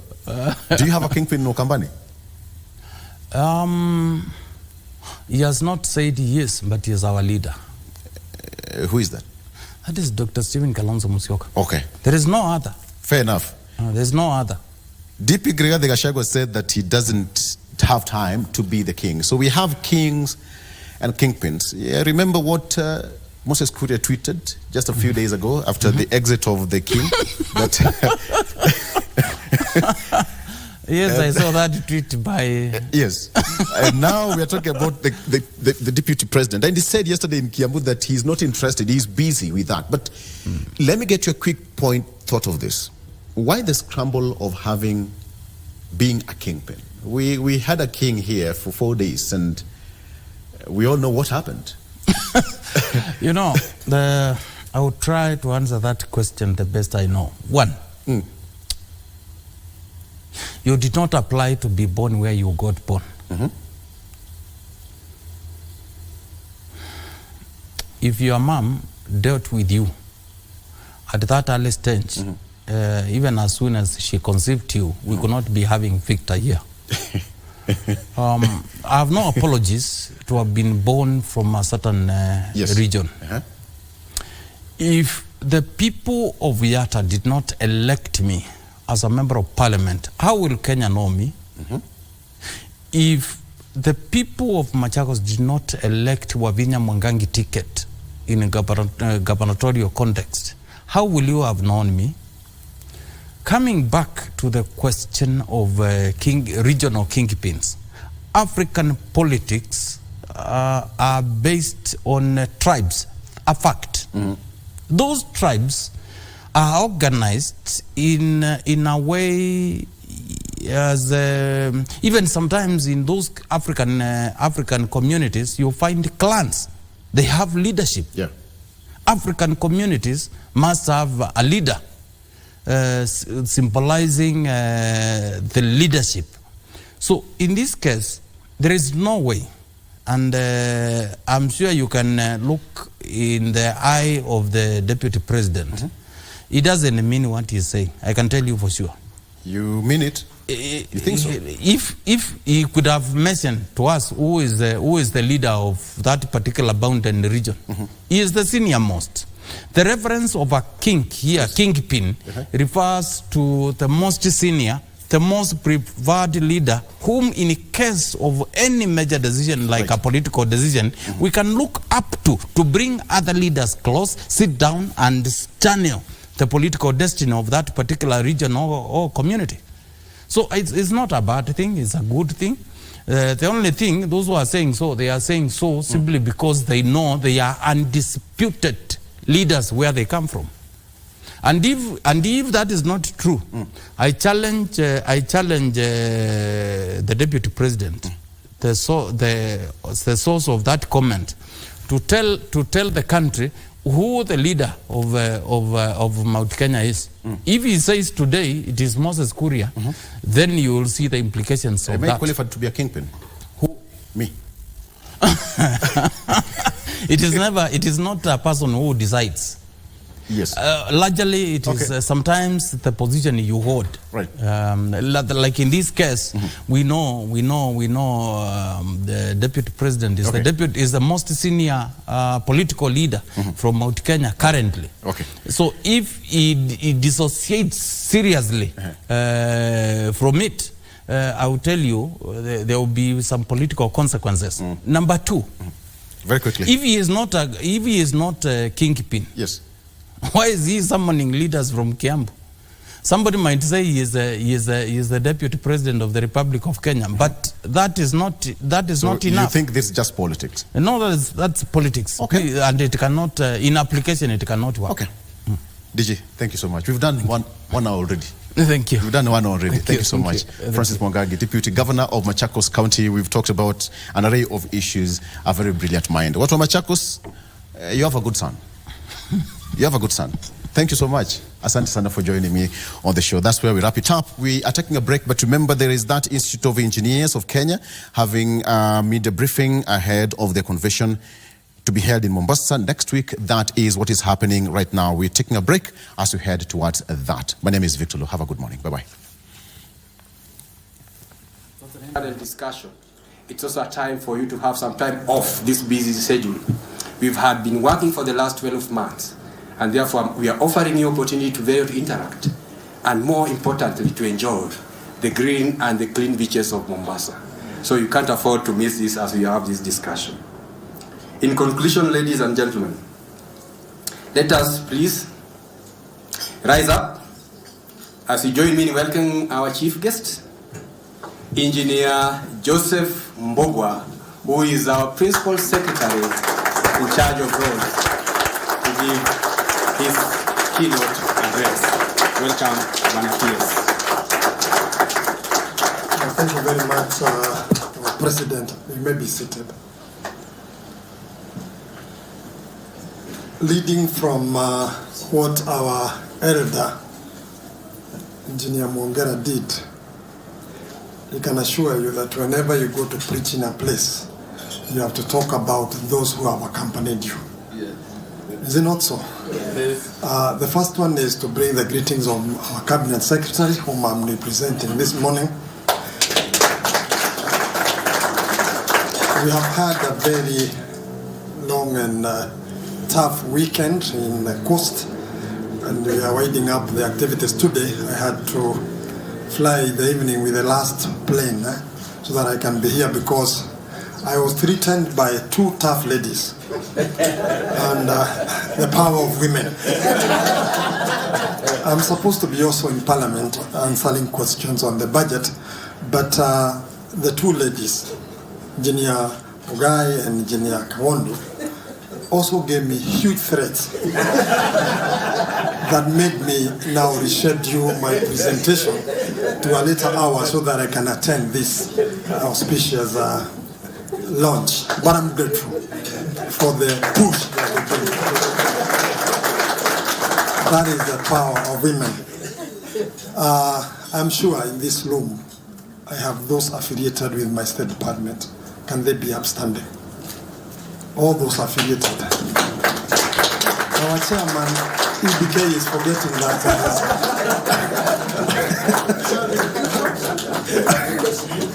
Oh, he's sweeping the ship. So I'm very grateful. Those are that's members of my family, and you may be seated.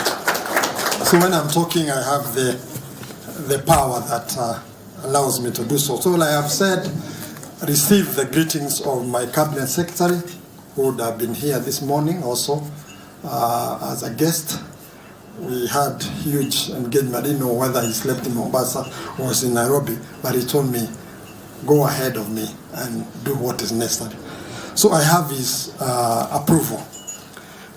The president and of this IEK, who is also my president, people ignore membership. But to be where I am, I had the recommendation of IEK. Because when you are told to give your affiliation, if they don't approve me, if they said I have not been giving my annual subscription, that would have been the end of me. So I thank you most sincerely for what you did. Our president, whenever he goes out, thanks people for what they did for him. So even me, when I'm standing here, I also want to thank the EBK and IEK for doing what they did in October and November. So thank you so much. The president of IEK, Eric Ohega, EBK chair, Engineer Mwongera, EBK registrar, Engineer Ogai, ASEC Council Chair, Patrick Wambura. We have also in our midst the various members of other boards, the chair and council members of ASEC, President AAK, CEO from state corporations who are with us this morning, the FIDIC Vice Chairperson, Engineer Mwangi. You know, when you look, I was looking at who has many badges in this. And I think our president is also threatened by the number of badges he will be sitting. IEK council members, IEK partners and stakeholders, members of the Fourth Estate, distinguished guests present this morning, ladies and gentlemen. It gives me great pleasure to be part of this occasion as the institution launches the 30th IEK International Convention that is scheduled to be held at the coastal city of Mombasa from 14th to 17 November 2023. This is an event that will bring local and international voices together and to chart a way forward as we engineer a new world in the era of rapidly changing operating environment. Engineering involves the art and science of harnessing the resources of nature for the benefit of society, and as such, no point can delink engineering from any aspect of everyday living. Indeed, it is through engineering that the world has been transformed by innovations in energy supply, industrialization, development of critical infrastructure. Engineering professionals, therefore, play an integral role in shaping our interaction with the world. The decisions that engineers make on a day-to-day basis have a range of environmental, social, and economic impact. The construction of buildings, for example, consumes natural resources outside of the boundaries of what happens on site, including the energy, water, raw materials that go into the manufacturing of the construction materials. It is therefore imperative that engineers and related professionals continuously engage and caucus through the scientific congresses such as the upcoming convention to exchange ideas and knowledge towards sustainable development. Ladies and gentlemen, the technological changes in the engineering landscape and the accelerated adoption to artificial intelligence technology by different sectors in one area that is one area that we cannot fail to take note of as a country. Technological advancement has changed the way humans communicate, interact, and work. Kenya needs to adapt this rapid technological advancement to find solutions to some of the presenting issues the country faces, including food security, affordable housing, inadequate health care system, and advanced effect of climate change. This year's convention themed Engineering a New World, therefore, provides a platform for dialogue on the ever-changing and emerging aspect of engineering with a focus on leveraging on technology to accelerate the transformation of our country. Ladies and gentlemen, the convention will also provide an opportunity for a discourse on the place and opportunities for Kenyan professionals in the region, the continent, and the world. Kenya subscribes to various global intercontinental development commitments such as SDGs, African Agenda 2063, East African Community, EAC, Protocols COP26, Agreement, and African Continental Free Trade Agreement, ACFTA. Engineers are at the center of designing and implementing these development goals, which in our country have been crystallized with the government's bottom-up economic transformation agenda, the BETTER. With the hosting of the 18th World Council for Civil Engineering General Assembly during the convention, the profile of Kenya engineer will certainly be elevated. In conclusion, the State Department will continue to work together with key sector players to ensure that we collectively put in place measures that will help mitigate the emerging issues in the engineering sector. I wish to assure you all that the government through the ministry is committed to supporting the implementation of the proposed strategies that will come out as a resolution from this convention, and that we will ensure all engineers and other professionals are globally competitive. I thank the IEK President, Council members, and all stakeholders for the effort being made towards making this convention a success. I urge all sector players to support and attend the 30th IEK International Convention, follow through the discussions, and be part of change that we want to see in Kenya. It is now my humble pleasure and duty to launch the 30th IEK media campaign, officially launched.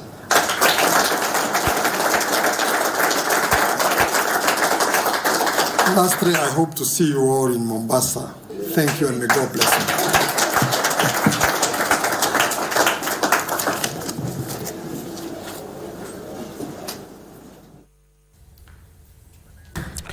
That was PS Engineer Joseph Mbogua, who is the PS State Department for Roads in the Ministry of Roads Department, during the launch of the IEK International Convention. And some of the things he has highlighted is how engineering professionals should continuously engage through scientific congress to exchange ideas on sustainable development. He has also urged the country to embrace this technological advancements, and also tech advancement, how tech advancement has changed the way humans interact in terms of working, in terms of how they relate with one another.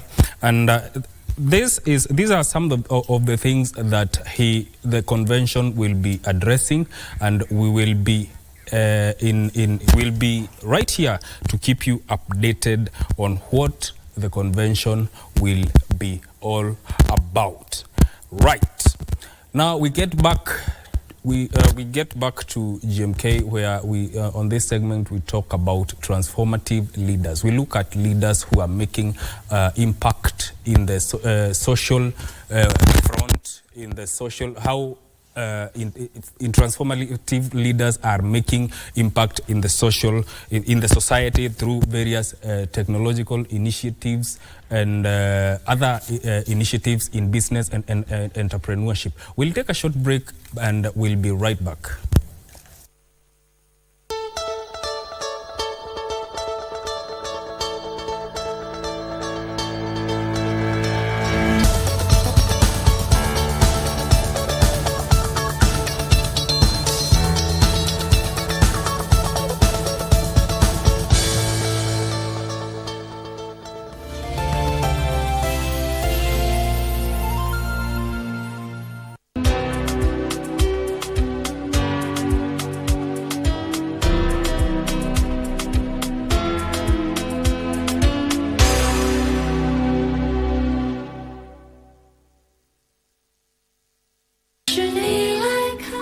Uncle She.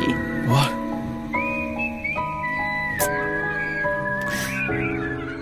I didn't know this until Jingjing was already gone. But she was really depressed. What? People will laugh and think you're crazy. That's because they didn't lose their child in their 50s, because their child is alive. It's okay, please calm down, just sit.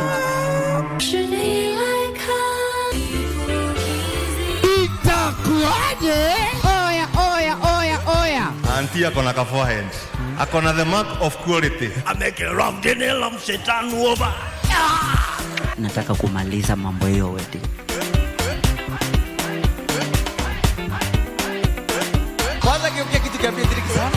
Rosi pole. Umenimaliza kama chai kwa kikombe. Sisi zote zimebaki December, September, October. Wanaona, ni kama tu nikuje nikwambie uko na kichwa kubwa. Sasa makosa si au sio? Ndio manake. Okay. Every Monday from 8 p.m. to 9 p.m. on KBC Channel 1. What? Are you really helping me have my baby? Of course I am. It's really an honor for me, honestly. I didn't start this clinic to get rich, son. I did it to help the people of the town. And I will not let you to destroy it. You should have seen the state Sergio was in. It's not fair, Amparo. Arturo, what is happening to you? Arturo, what's wrong? Arturo! Oh my goodness! Arturo, stay with me, please! It's a cocktail of emotions. The puns that cracks up the family. Greed that yields power and a hunger for success. Trends turn to foes. Survival for the fittest is the drive. Who are we blackmailing? But nothing beats the feud in a family where one disappears and another fights for the crown. It was not supposed to go this far. It's the desire to succeed that keeps us going, the deception that keeps us digging, and the laughter pill that keeps us living.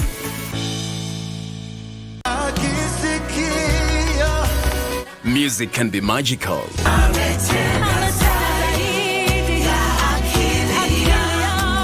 It's the soul for life and gives immense peace to us. It has a powerful therapeutic effect on the human psyche.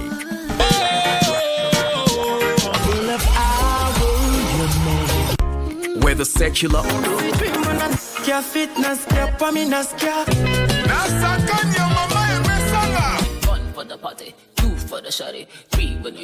or gospel.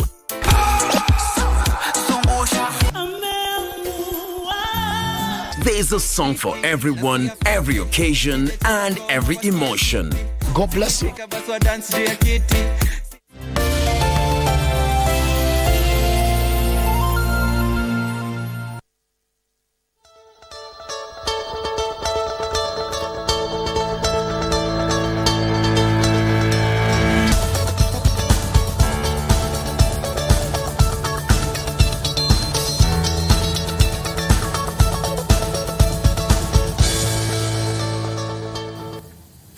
Welcome back, and if you're just joining us, this is Good Morning Kenya, and the segment is Transformative Leaders. We are talking about people who make social impact in the society through various initiatives, and today we are focusing on youth empowerment. And my guest in studio today is Bwana Anthony Kiguta, who is Youth Empowerment Champion and Tech Innovator. Karibu sana Bwana Anthony. Thank you so much for having me. How are you feeling today? I'm very much okay. Uko salama? Niko salama kabisa. Yes. Yes. You are into empowerment. Yes. And specifically youth empowerment. Yes. Now, what motivates you, first of all, to get into this type of empowerment? I would say being a youth, I have come to experience some of the majorly much of what the youth are facing in terms of the challenges that they are encountering.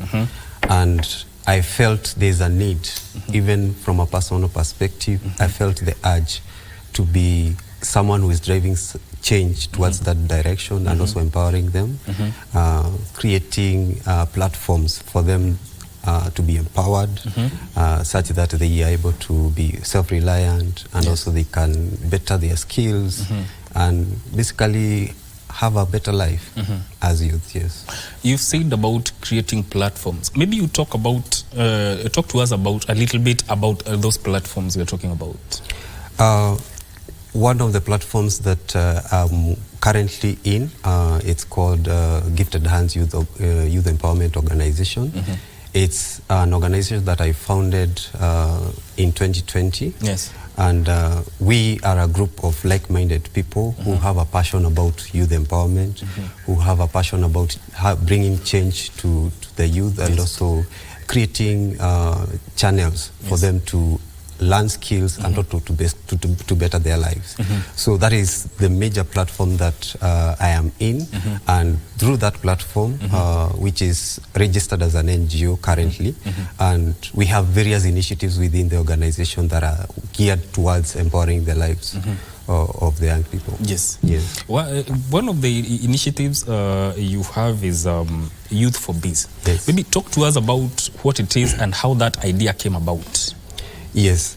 Now, Youth for Biz, just as the word says, is creating a way of youth getting into business, and more so in the line of empowering them to get into business, getting into entrepreneurship, and earn a living. There are so many vices that the youth are facing, unemployment being the major one. Currently, in the country, there are so many youth who are not employed. We are talking of figures of maybe 1.6 million to 2 million who are just there. They don't have a means to earn an income. And we felt, okay, the government has done much. There are various interventions that they have come up with, including adopting them into the public sector. But you realize because of the numbers, they can only do so much. So we felt there is a gap, like as as people who are passionate about youth, what can we do about them? So we felt one of the major ways that we can help them is giving them entrepreneurial skills. Teaching them how to go about starting businesses, getting into the world of business, because when they are in business, or rather when they get into entrepreneurship, they're also able even to create employment for their fellow youth. So we felt, as much as there are other interventions by other organizations, including the government, at the end of the day, that youth needs something in their pocket. And we felt if we empower them on the line of getting into business, they'll be able to earn that income. And you realize when someone is able to earn and they are comfortable the way they are living, they're able to sustain their lifestyle, they don't get into some of the vices that they are facing as the youth. From what you've just said, it seems this initiative is deeply rooted in entrepreneurship. Yes. It's one of the foundations for this initiative. So how does this initiative achieve its objective and impact positively on the lives of the people that you are dealing with? Now, the approach that we had, and of course, when you talk about the youth, you're talking of people between 18 and 35. And we felt, okay, it may be a larger group to be able to cover. And we narrowed down to 18 years to 25 years.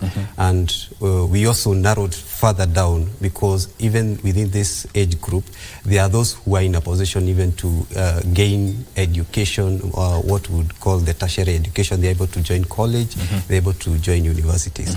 So the Youth for Biz is focusing on this other group that they are not able to get into university, they're not able to get into college, but they have cleared their Form 4. There could be various reasons they are not able to get into those colleges or those universities. The major one being their financial capacity. And we narrowed down to that, and what we have been doing is taking them through training on even soft skills. We are able to, we were currently, okay, I would say it's on pilot. We have already a pilot group that has already been trained on soft skills and entrepreneurship, and also maybe a breakdown of the sequence of how we go about it is we have an in-house training. We train them on soft skills, things to do with maybe self-awareness, getting to know themselves, communication skills, etiquette, social life balance, such kind of soft skills.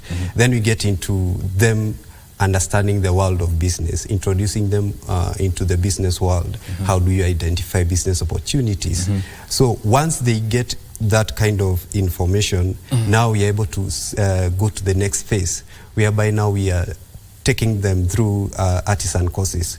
We are partnering with the TVET institutions and coming up with some courses which are able to give them those artisan skills. Things like food processing, we are doing automobile, that is the motor vehicle. We are doing fashion and design, and several others. So our approach is on skill-based. Then after that, we get into incubation. We just don't let them go. So over that period, we are able to learn this youth. Currently, like the ones we have on board, they are very positive about it, and we have already started seeing impact. In fact, we are receiving calls from their parents, from their guardians, and they are saying, my son, my daughter is changing. And even themselves, they are professing, now I have hope. Because actually, to most of the youths, what they are lacking is lack of hope. They feel, okay, no one is interested about me. No one really cares about me. But through the program, most of them have regained that hope, and they are looking forward to a brighter future. As a person who is bent on bringing about transformational change within the society, when you receive such feedback from parents, how does that make you feel? It's in a great way fulfilling, because we are working towards a purpose. And when you find that the purpose that you're working towards is bringing positive things towards within the community, even getting feedback from those parents, it's encouraging. Yes. It gives us the morale to continue pushing it on. Yes. Yes. Now, when we talk about, you said one of the things you empower the youth is through entrepreneurship. Yes. And we know it's one of the economic pillars of development in the country. Sure. So how does this initiative, Youth for Business, specifically equip Kenyan youth with skills and knowledge necessary to becoming a successful entrepreneur? Now, what we have done, even when it comes to the facilitators and the trainers that we are having on board, we are bringing on board people who are already in it. They are not just people who are coming from the theoretical perspective. Yes. They are people who have already practiced this business. They have tried out entrepreneurship.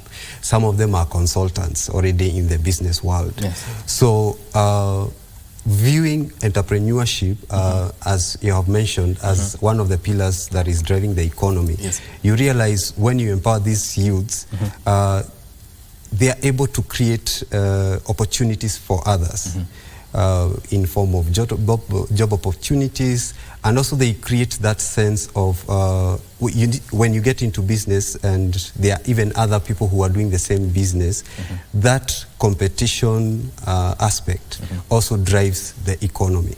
So I would say the impact that we are bringing in is from people who are already practicing that business or practicing what they are teaching them. So, and through that, we are starting that we are actually bringing in something that is something they are feeling, it's something that they can actually action on. Yeah. So this initiative must have resources that you provide to help the youth transform their ideas into viable businesses? At the moment, we don't have what you would call tangible resources in terms of cash. We are currently not giving them cash.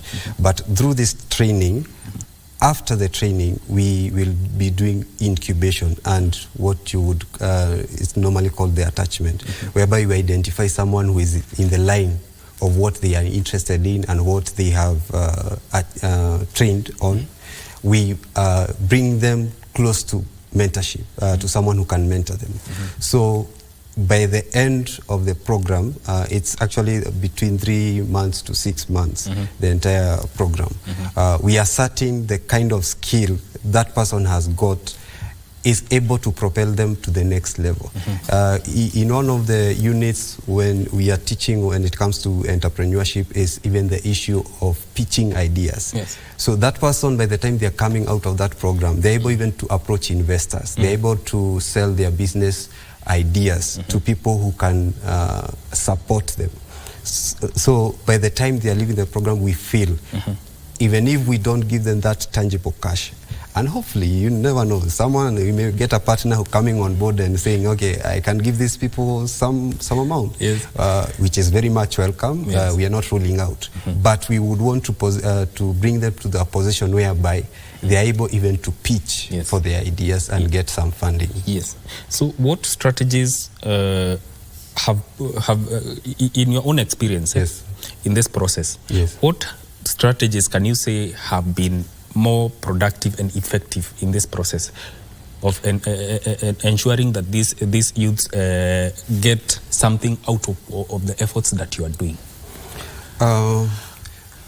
When you are starting, one of the things which were very key to us is getting the right people. Yes. And what we did, we went down to the community. We talked to the community leaders. And because some of them, the youth, you can't just force something to them. That is one dynamic thing I have found with the youth. You can't bring them, you can't force them to something. So we were able to identify the youth who have actually seen the value that we are bringing to them. And they were able to come on board willingly. And that was a game changer for us, because you find we are not pushing much to them. And we are so fortunate that we have managed between 80 to 90% of retention, those who apply, because we started with around around 70-something youths who have come on board. And so far we have around 43, 45 who are still with us, and they are still continuing with the program. So I would say one of the strategies that we used is getting the right people. People who are actually willing to change their life, willing to make to have a change in their lives. Yes. So even as we talk about entrepreneurship and unemployment in the country, do you also take do you consider people who have finished tertiary education but are out there doing nothing but would want to get into such an initiative? They are in the pipeline. We have some programs which we are working towards people who have actually cleared and they are unable to get employment. So it's currently in the pipeline. We have that as a program that is coming in future because we realize even as we are working with these ones who didn't manage to get to college, there's also a larger group. Remember, the Gifted Hands is working with all youth in Kenya. So the Youth for Biz is just a segment, and we are working towards even the ones who have cleared. They don't have a way of earning an income. They have their degrees, they have their diplomas, but they don't have an opportunity. So that is something we are still discussing at the board level, and we hope to roll out maybe soon. Of course, if you're dealing with the youth and empowerment, there's a way you are supposed to, you just don't take anyone just like that. Talk about the process you undertake during the recruitment process. Yes, I mentioned earlier that we first went to the community and talked to the community leaders, the local administration, the opinion leaders around the target area we had. The pilot program we carried out in the area of Uthiru. And Uthiru is, there's a large group around there, people from Kawangware, people from Dagoretti, people from Kangemi, and the pilot program, we have a center in Uthiru. And we talk to the leaders around that area, and we roll out, we give them the application forms, and they were able to filter even at their level. Like, you are able to get to college, you are able to get into university. Let's give a chance to this other person. They don't even have a means to continue with their education. So we were able to filter it at that level, and once the applications came, we had interviews where we now, at times you may be brought, a form may just be brought, but we needed to have a sitting with that youth. So that is part of the criteria? That is part of the criteria. We had an interview, and where we were now having an opportunity to get to know this youth. What are their passions? If they get into the program, how will it benefit them? Because unless there is a convergence of their interest and what we are working with, it may not work. So we were really keen on that. It is someone who is deserving first, and also someone who has an interest in actually changing their lives. In today's world, we are living in a place where social media is taking center stage, actually has taken center stage. How would you say your efforts have been impacted by the social media? Currently, we may not have a direct impact that it has brought in terms either negative or positive. We have not really done much about publicizing on social media because, as I mentioned, with the process, it was on the ground, like we are working with what is on the ground. Of course, we did a number of adverts, and what happened is there was an inflow of the applications, which we also didn't ignore. We had to consider some of them based on the location of the center. So when it comes to now they are learning, I would say it's still a challenge, especially when you get into, I was facilitating some of the classes, and at times you get into class, their mind is just social media. Any single break, social media, any single break, they are not taking time to maybe internalize what you have taught, but their mind is social media. So I would say it in a maybe indirect way, it is affecting them in their social life balance. So how do you capitalize on that? Because it seems their interests, everything about what they do has some as an aspect of social media in it. Yes. How then do you capitalize on it to ensure that your efforts are making the right impact?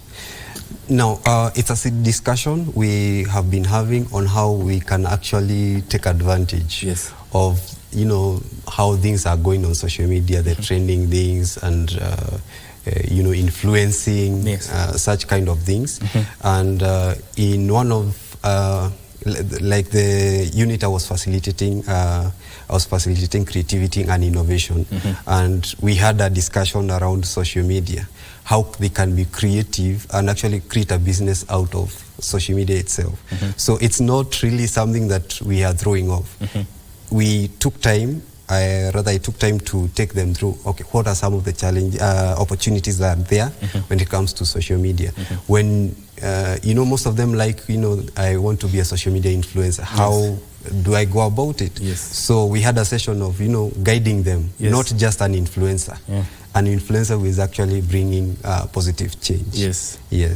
Now, when you talk about your recruitment process, you've been to places like Uthiru, Kangemi, Dagoretti. Now, what informed the selection process of these areas for your efforts to focus on these areas?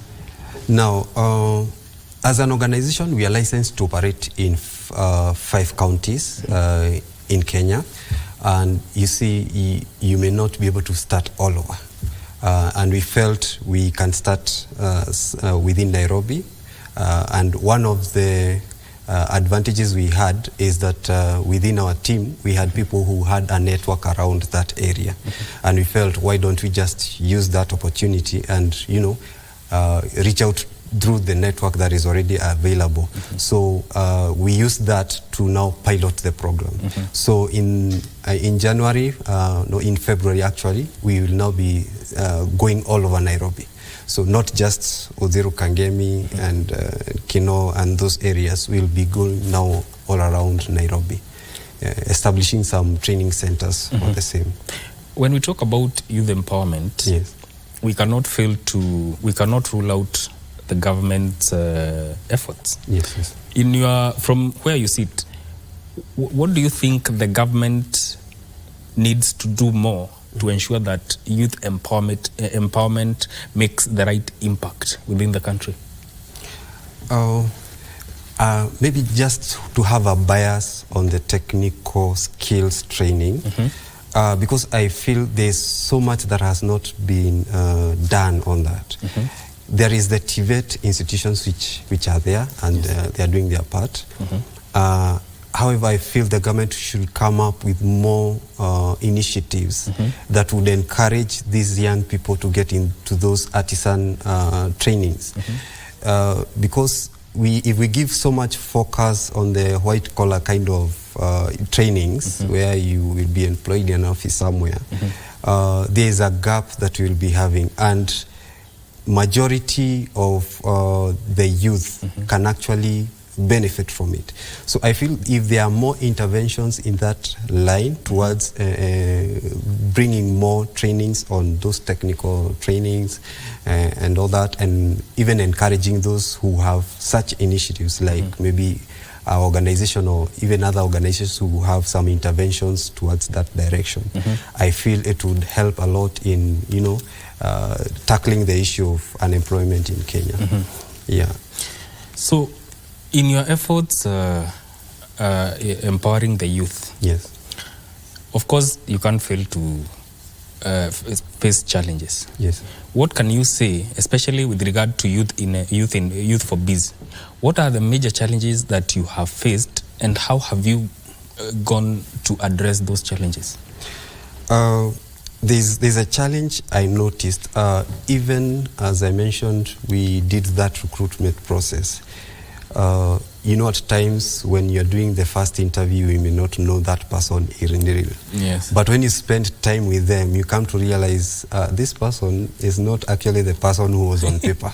Yes. And what we face some of those challenges whereby some of them come to class intoxicated. And it was not foreseen. So it came in as a challenge. And what we are working towards currently is looking for a partner who can come in and help us on that issue of substance use, especially among the trainees that we're having. So each trainee will be going through a session through a counselor, or not maybe specifically on substance use, but that will be part of it. There are those we are certain these guys on substance use. Yeah. So we can't really just throw them off because that's not solving the problem. We cannot just let them go.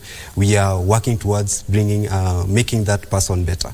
So we are working on that, and it's a challenge that it was a good challenge. It may not be so pleasing to talk about it, but it is a reality. Yeah. They are facing such challenges, and they feel the best way to handle issues is substance use. So I would highlight that as one of the challenges. The other challenges is scarcity of resources. There's so much that we would want to do. As I mentioned, we want to scale it up throughout the country, but the resources are limiting. So that is actually a major one. And there's much we want to do. There's much that we need to achieve, but resources are limiting. Yes. Yes. How do you manage expectations? Because for one, there's a person, amemaliza high school. Sure. And they want to join this initiative. Yeah. But at the back of their mind, they see it as a means to an end, to make a quick shilling or something. How do you manage such expectations? Because at the end of the day, the youth want something that is working right now, right there. How do you manage those expectations? Yeah, it's true. Like when we were having the first days, they were like, okay, we are coming. Within a month, we should be done. And they should start seeing money coming into their pockets. Yes. It's a reality, and the best way to approach it is give full information. Every now and then we reiterate what we are working towards and each step of the way, and what each step is supposed to do towards their life. And I would say it has helped a lot. Yes. Of course, even as we go to the next phase, which is now them getting into technical training, they have expectations. We need to communicate them clearly. This is what this will do for you, and after this is what will happen to you. Rather, this is the next step for you, and we try to manage as time goes. Yes. But overall, we expect to have a better person out of that individual. So what is your message to the youth of Kenya right now as we wind up? To the youth of Kenya, I would like to, encourage you. Yes.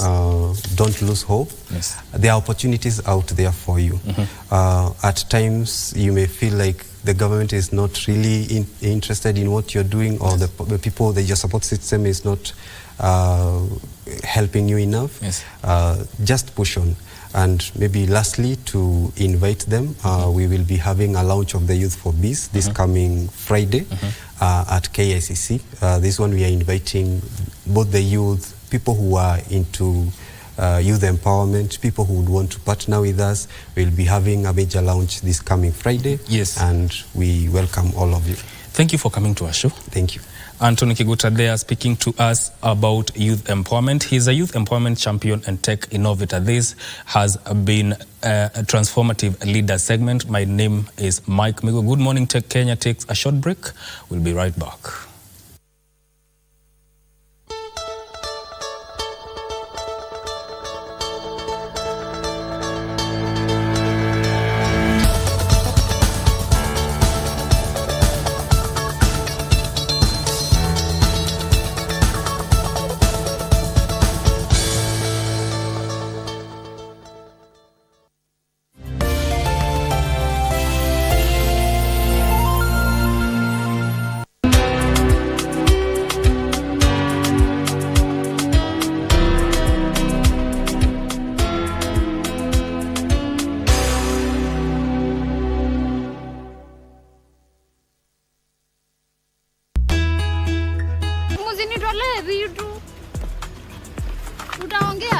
Kula unazizumutira tu watu muoshe tu. Umeonaje? Sasa mimi nakaa hiyo line ya pili hapa. Si mbaya lakini is not my standard. Hata tu kidogo tu. Chapa kumbe ni 20 bob. Yaani wewe umezunguka huko kwote kwenye kutafuta kazi, ukaona ukuche hapo upandisha chapati kwa 20 bob. Sasa hii ni hasara ngapi mmenipatia jamani? Uko na gapi? Nilikuwa na nini? 4,000. 4,000. Inya. Wewe ndio ni chakula ya customer nani wewe? Itakuaje? Oya. Auntie akona ka forehead. Akona the mark of quality. Amekeram dinelo mshetani over. Nataka kumaliza mambo hiyo wedding. Kwanza kiukia kitu cha Patrick sana. Rosi Paul. Umenimaliza kama chai kwa kikombe. Hizi zote zimebaki December, September, October. Wanaona, I know my Israel. Ni kama tu nikuje nikwambie uko na kichwa kubwa. Sasa makosa si au sio? Ndio manake. Okay. Every Monday from 8 p.m. to 9 p.m. on KBC Channel 1. What?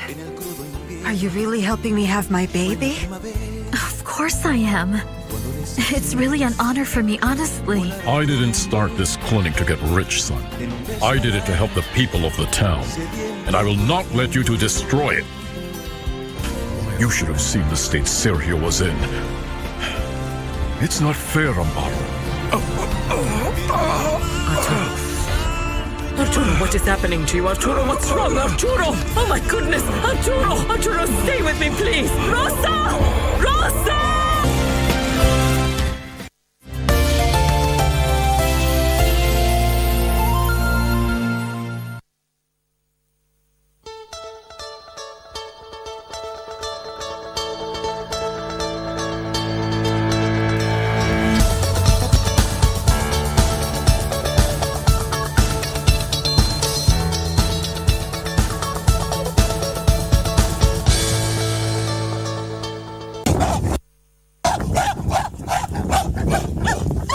The sounds of happy chimps at the Sweet Waters Chimpanzee Sanctuary in Old Pejeta Conservancy in central Kenya. The jovial mood as they play and groom each other, however, belies the trauma that befell them in the wild. They escaped from being killed for their meat or kept as pets in the Middle East. Over the past decade, the Sweetwater Sanctuary has been compelled to take in chimpanzees rescued from traumatic situations, some of them rescued from cramped and unnatural living conditions, with most of them nursing injuries from human abuse. One of the first to call Sweetwater's home is 35-year-old Max, who had been raised by a French film crew in the 1980s. Despite his playful tantrums and spontaneous screaming, he is a performer who will charm you with his antics. Because of their intelligence, most of them they've been attempting to escape. They've been trying to disconnect the power. They've been trying to short circuit the electric fence by using the dry sticks. Chimps aren't native to Kenya. In 1995, a chimpanzee was rescued from Burundi, where he'd been held in this small cage suspended from the ceiling without enough room for him to sit or lie. After years of standing on two legs, his pelvic muscles were so underdeveloped that he became bipedal, like a human. They have extraordinary strength, so they are 4 times stronger than the strongest man in the world. Illegal wildlife trade is devastating wildlife species across the globe as poachers, traffickers and highly organized criminal syndicates ruthlessly pursue profit at any cost to meet consumer demand for bushmeat. Demand for bushmeat from the illegal hunting of wildlife like elephants, bats, antelopes, monkeys and great apes is on the rise, with roughly 500 African species sold in economically well-off African cities or exported to Europe annually. These chimpanzees, they are very, very, very expensive to maintain. So it normally costs us around 450,000 every year for each chimpanzee. So in case if a newborn is born accidentally, we don't allow, we control the breeding because of the cost. In the year 2016, the International Union for Conservation of Nature, IUCN, uplisted the western chimpanzee from endangered to critically endangered, reflecting the subspecies' increasingly dire conservation status. So our main aim here is just to give them the better life because they were abused, they were traumatized, so they will spend the rest of their life in this sanctuary. Because also, you know, this is not their natural habitat, so they live in a tropical rainforest, and this is a fauna woodland area. However, humans who eat bushmeat risk transmission of diseases from the animal. To curb this trade and avert the health risks, hunting quotas have to be enforced, the remaining species be protected, and civic education on bushmeat be conducted. For KBC Channel 1, I'm Alvin Kaunda.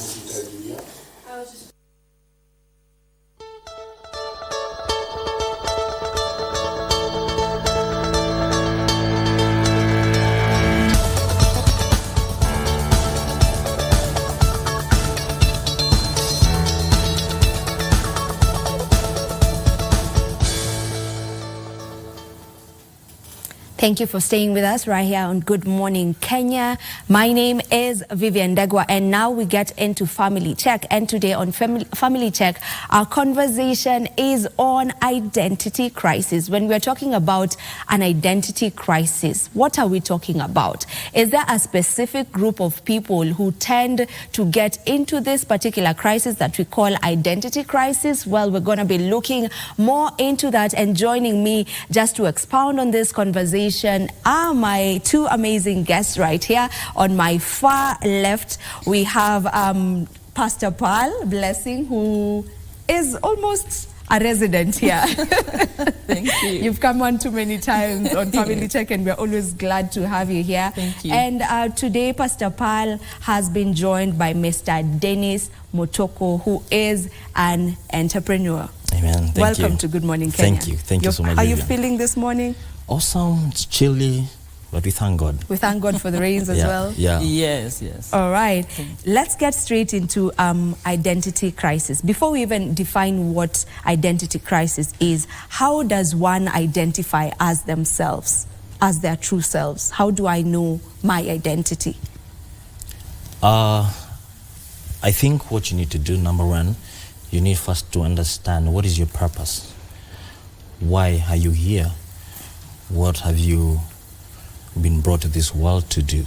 So once you understand who you are, then you are in a better place to understand what is your identity. Yeah. Pastor Paul, what do you think? Yes, exactly as you said. What I usually say is that a man is the thought of God. God, before you are formed in your mother's womb, God had you in mind. And everybody is unique. That's why even your fingerprint is unique, nobody like you. So God thought about you and brought you for a purpose through your parents, but to achieve something. But it's you to seek to know what that is, why you are here. You may live without knowing who you are, and you live a lie. So it is you to seek to realize. And what makes you know that identity is what makes you happy. Until you get there, you are not yet got your identity. And how does someone remain true to themselves? How does someone how does someone remain true to themselves? Oh, you to remain true to yourself, first thing is to desire to know, because you will have goals in life. Yeah, you will have goals, and those goals you work towards them. You want to work towards working on your goals and making them come to pass. And that is exactly what makes you who you are. Yeah. And if you have not started working towards your goals, and you feel like there's emptiness in yourself, you feel there's something that you're trying to look for, you don't know.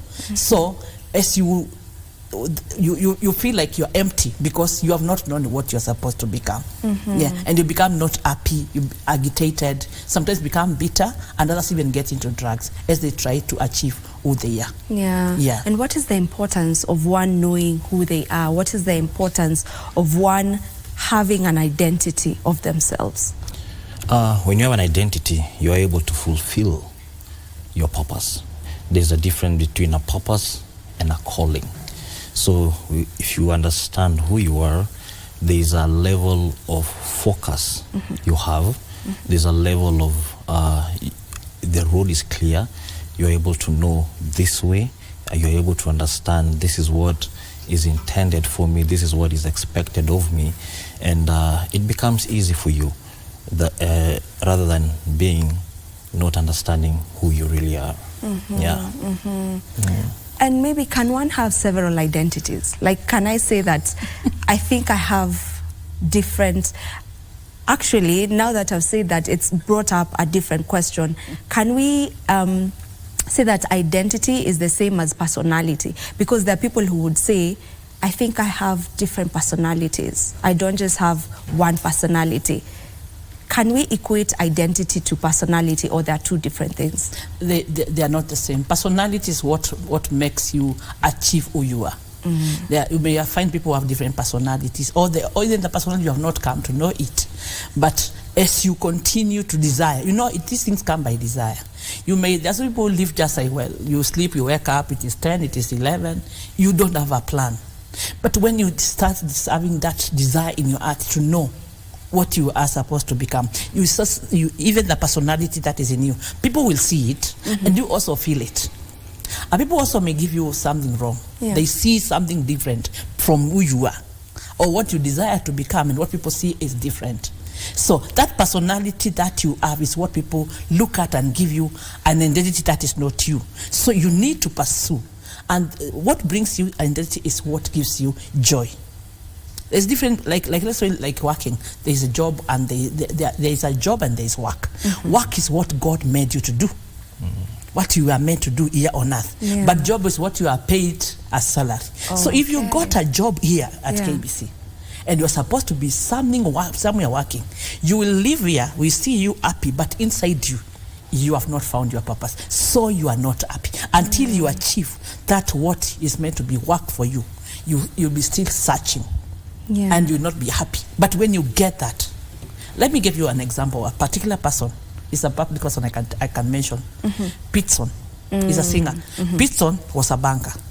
And when he sang his first song, he told his mother, Niache niimbe. Because there's a song in him, and he feels, but he's counting money, he's not satisfied.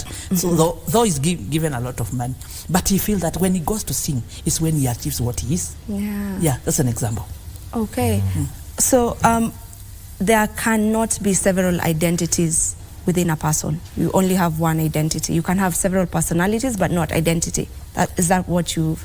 you may get identities many as you continue to work on finding the real one. You may come out as different people that we see you as a presenter, okay? And maybe you are not. Okay? That's an identity that we have now. But what is the real? That is work now. You see? So you may have many on your way to the right, and you don't seek it, you may end up in where you are not supposed to be. Yeah. Yes. We've mentioned purpose one too many times since we started this conversation. And maybe there's someone who's watching and they're wondering, okay, this purpose thing seems to be the way to go, seems to be how I get to know who I am. But how do I know what purpose I have in life? Is it difficult to know your purpose, and how do you go about finding your purpose in life? Just to go back to your question about personality and identity, I feel personality is who you are when you personalize yourself, and identity is the person that you are thriving to be. So yes, you can, with purpose, you are able to understand who you are, you're able to identify who you are. And the first thing you need to do, number one, is also to understand, are you in a happy place? Whatever you're doing, for instance, if you're a news anchor, are you in your happy place? Are you doing it for the money? Are you doing it out of passion? Are you doing it because other people are doing it? Are you doing it because you qualified?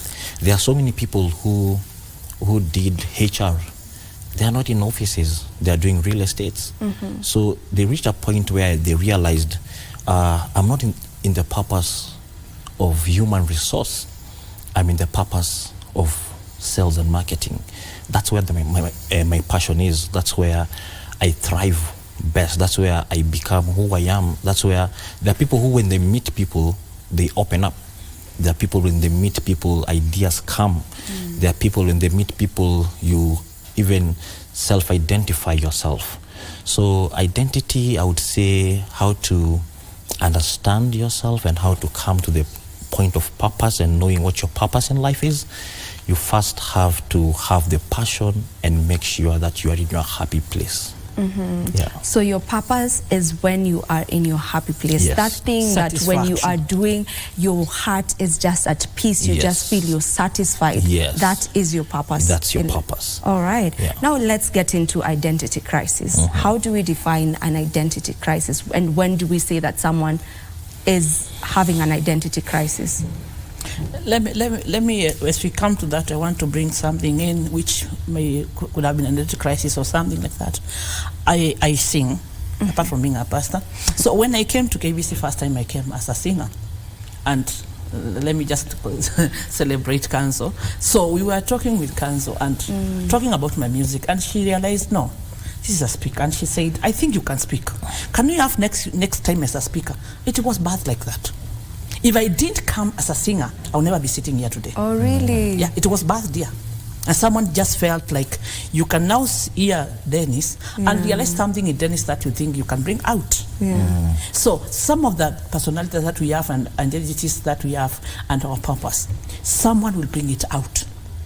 But you have to come out to be seen. Yeah, you have to be the place where, as he has said, when you talk, things come out. Then you realize, I think this is exactly what I want, and you start seeing it that way. Now, crisis.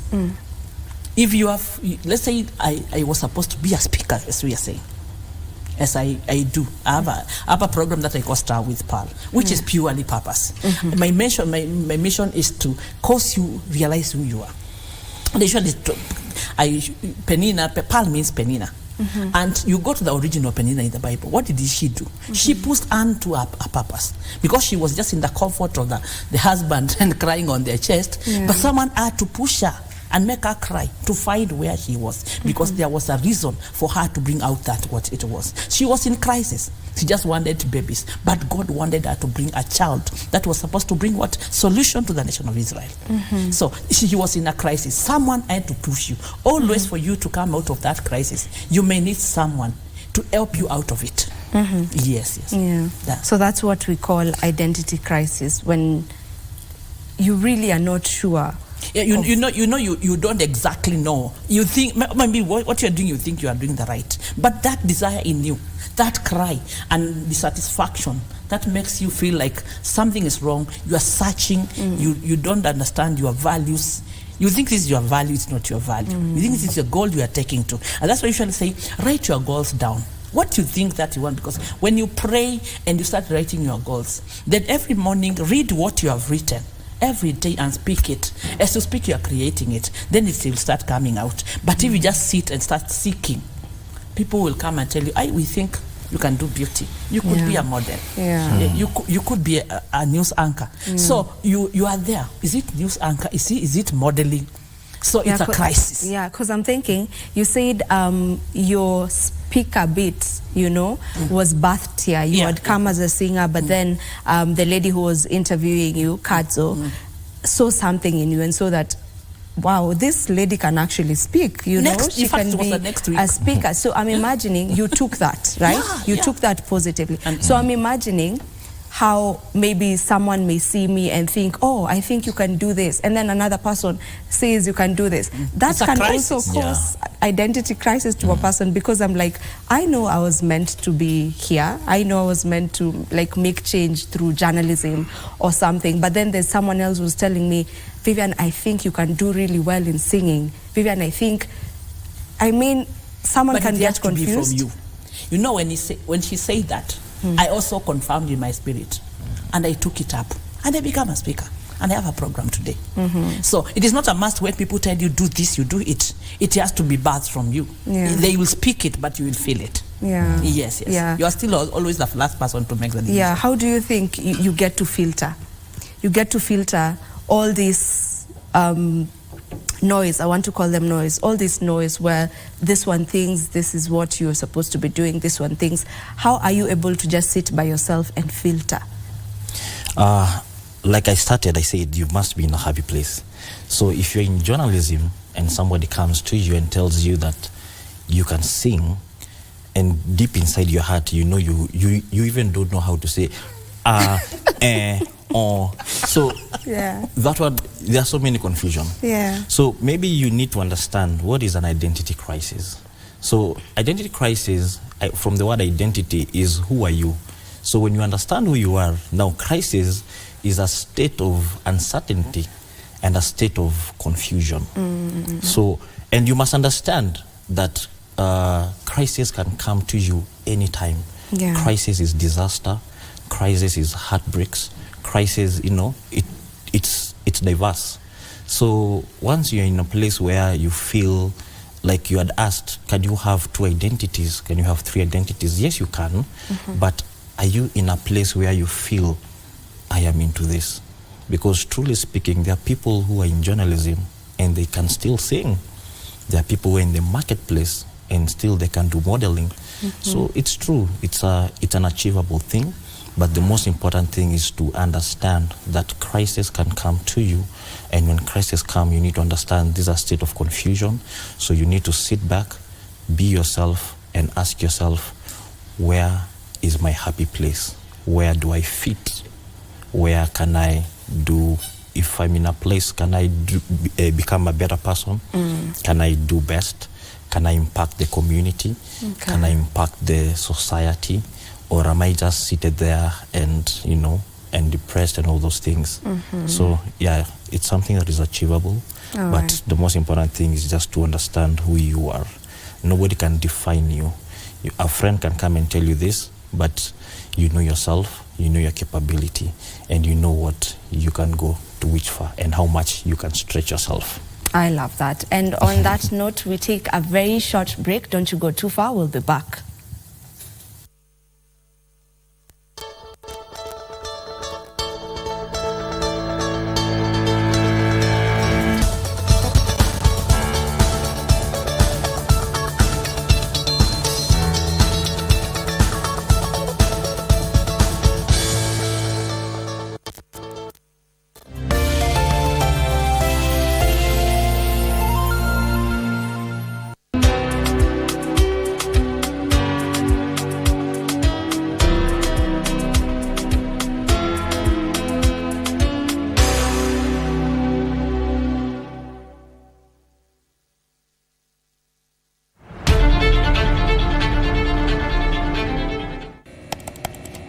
Technology has become a crucial part of our society.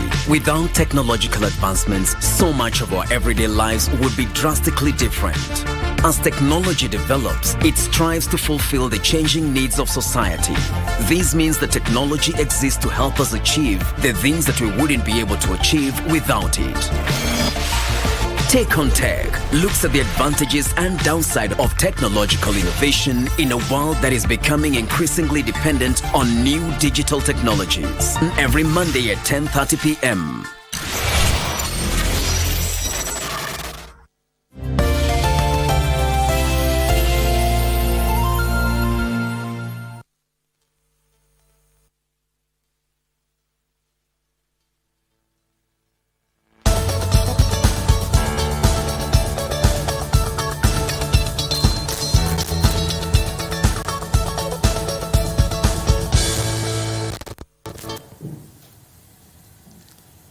Welcome back. I've been told by my directors to give a big smile, and that's what I've just done. Welcome back to Good Morning Kenya. Our topic is on identity crisis, and we've already touched base on it. And right now we are going to be getting into what are some of the causes of identity crisis and how do you realize that you're actually in this crisis. Pastor Pal, what are the causes of an identity crisis? What are some of the causes to this? Okay. The first thing that is usually, let's say, bringing where you come from. Maybe what that is crying inside you to come out. It may not be in an environment where you are, where you've been brought up. And you know, some parents, like during our time, I don't know you guys now, but they will say, like, you'll find your father says, no, my daughter has to be a doctor. And then you lock a news anger inside a doctor. Yeah. That's a crisis. And because your parent has desire and you want to make them happy, you live a lie all the days of your life. Then you come to find you are never happy and you never achieve. Let's say like relationships. You may find someone maybe lost a romantic relationship and they went down. And they like, I can't find another one. I can't do something better than this. And they get crushed and like, all men are the same, all women are the same, and you are gone, you see. But if that person realizes maybe that was a wrong thing, and now you're supposed to come to the right one, now you were in a crisis and you didn't know. And maybe you stayed there for 20 years. But if God wants to bring you who you are supposed to become, you find that you went into it because of the environment. When time comes for you to get married, usually you get married where you are. If you are not seeking to get the real person, you find you were working in a place, you dated someone, and you found you got married. But that was your husband, not your wife. So you got in a crisis. That was a cause because of the environment. So you come to find maybe you needed to move to surplus and find what you're supposed to have. Yeah. That could be a cause. Parents could be a cause. And also maybe you are doing a degree somewhere, you do something good and there are lecturers and everybody will say, no, we think we can recommend you. And even through attachment, you find you are in a bank somewhere and they say you are best worker, we want you in, but still you are not a banker. You see? So it depends on where you find yourself when you start seeking. But until, as you said, your happy place, you will never have happiness. And as we said also, those crises, this crisis can push you. And because of the seeking it up during crisis, you push to where you're supposed. As I was saying earlier, that in Japan they say crisis is an opportunity. So when you find yourself in a crisis, how do you work it out as you come out? It may become an opportunity to become greater and better. Yes, that's my view about it. Yeah, maybe what are some of the causes that you may say may cause someone to have an identity crisis? Would you say peer pressure is one of them, or maybe when your trajectory of life takes a detour? Probably you were used to this way of life, like the way I'm working here, I'm used to this is my work, and then all of a sudden I lose the job. Can that cause an identity crisis as well? Yeah, that's it's a legit cause and reason why people get into identity crisis. But I feel when one is in that, one of the causes is living a fake life. We've seen these boys of Kilimani, they call them Kilimani boys, living a fake life, Yeah. So when you live a fake life, you will enter a level of depression, you will enter a level of pressure, unnecessary pressure. So that one will make you get into an identity crisis. Other causes are, things like planning big. When you're planning big and you are not in a place and you don't have the zeal to endure, because the bigger the vision, the bigger the tests, Another cause is also self-esteem. Because crisis, as I said earlier, it can occur anytime. So when it comes to you, if you don't have the right esteem to pull you through, then you'll reach a place where you'll close yourself, and you'll be in a place where you'll not have a place to escape. So yes, friends also can be a cause, because everybody will speak their voices. If you don't understand who you are, then you'll end up following what they say. So there are so many causes, but the most important thing is to understand yourself better. When you're in that place, nobody can tell you. They can give you suggestions, but you will make the decision is yours. Yeah. You are the final person to make the decision of your life. And is there a particular age group that is mostly affected by identity crisis, or there's no age, it's not an age thing? Or would you say there's a particular age group, maybe teenagers, or there's no age to it? Let me tell you, nowadays even the kids that are now, they can sit down and give you a view, then you wonder, at this age. So they have decided, they even understand themselves better than us. Yeah. You find someone, not that time they were saying, I want to become a pilot, just out of it. That child can have done research and can tell you even parts of an aircraft at that age. So you find, depending on exposure, I think exposure is the key word here. Because as I said, it depends where you grew up and what happened around you. The environmental factors around you will cause you maybe to realize you early, or start desiring to know who you are early. Or maybe you find at 50, 65, someone is saying at 60 has not built a house. So you needed to live somewhere. You don't have a house at 60. So it depends on what have you been doing. Busy doing things that are not giving you value, and not having a plan of where you want to go. Yeah. So you find it's not about age. It's about, you may find someone at 22. They have a very big vision. And you find someone at 55. They don't even know exactly what they want to do. They're still seeking. So it depends on exposure, and also spirituality is very key. When you start seeking God and you seek Him in prayer, and you have those quiet times, there are ideas that God will drop in your mind that will cause you to realize who you are at an early age. But let you come to that knowledge at a very late age, then you start seeking. You find you lost on time, but still you have to do it. So I think it's about when you wake up. There's no age limit. Yeah, it's when you wake up. And there's something we hear, and that is known as midlife crisis. Is this a matter of an identity crisis? Midlife. Yeah. At a certain age. Usually people say life starts at 40. So if you are 40, 42, you are 2 years old. But let me ask you. Watu wakubali kuzeeka. At life starts at 40. So for the 40 years, what have you been doing? So, but nowadays, you see these young people now. And you find someone they have a lot of intelligence that they sit down, bring out something, and you find they can move a nation at a very early age. But that time people were they were discovering themselves at 40.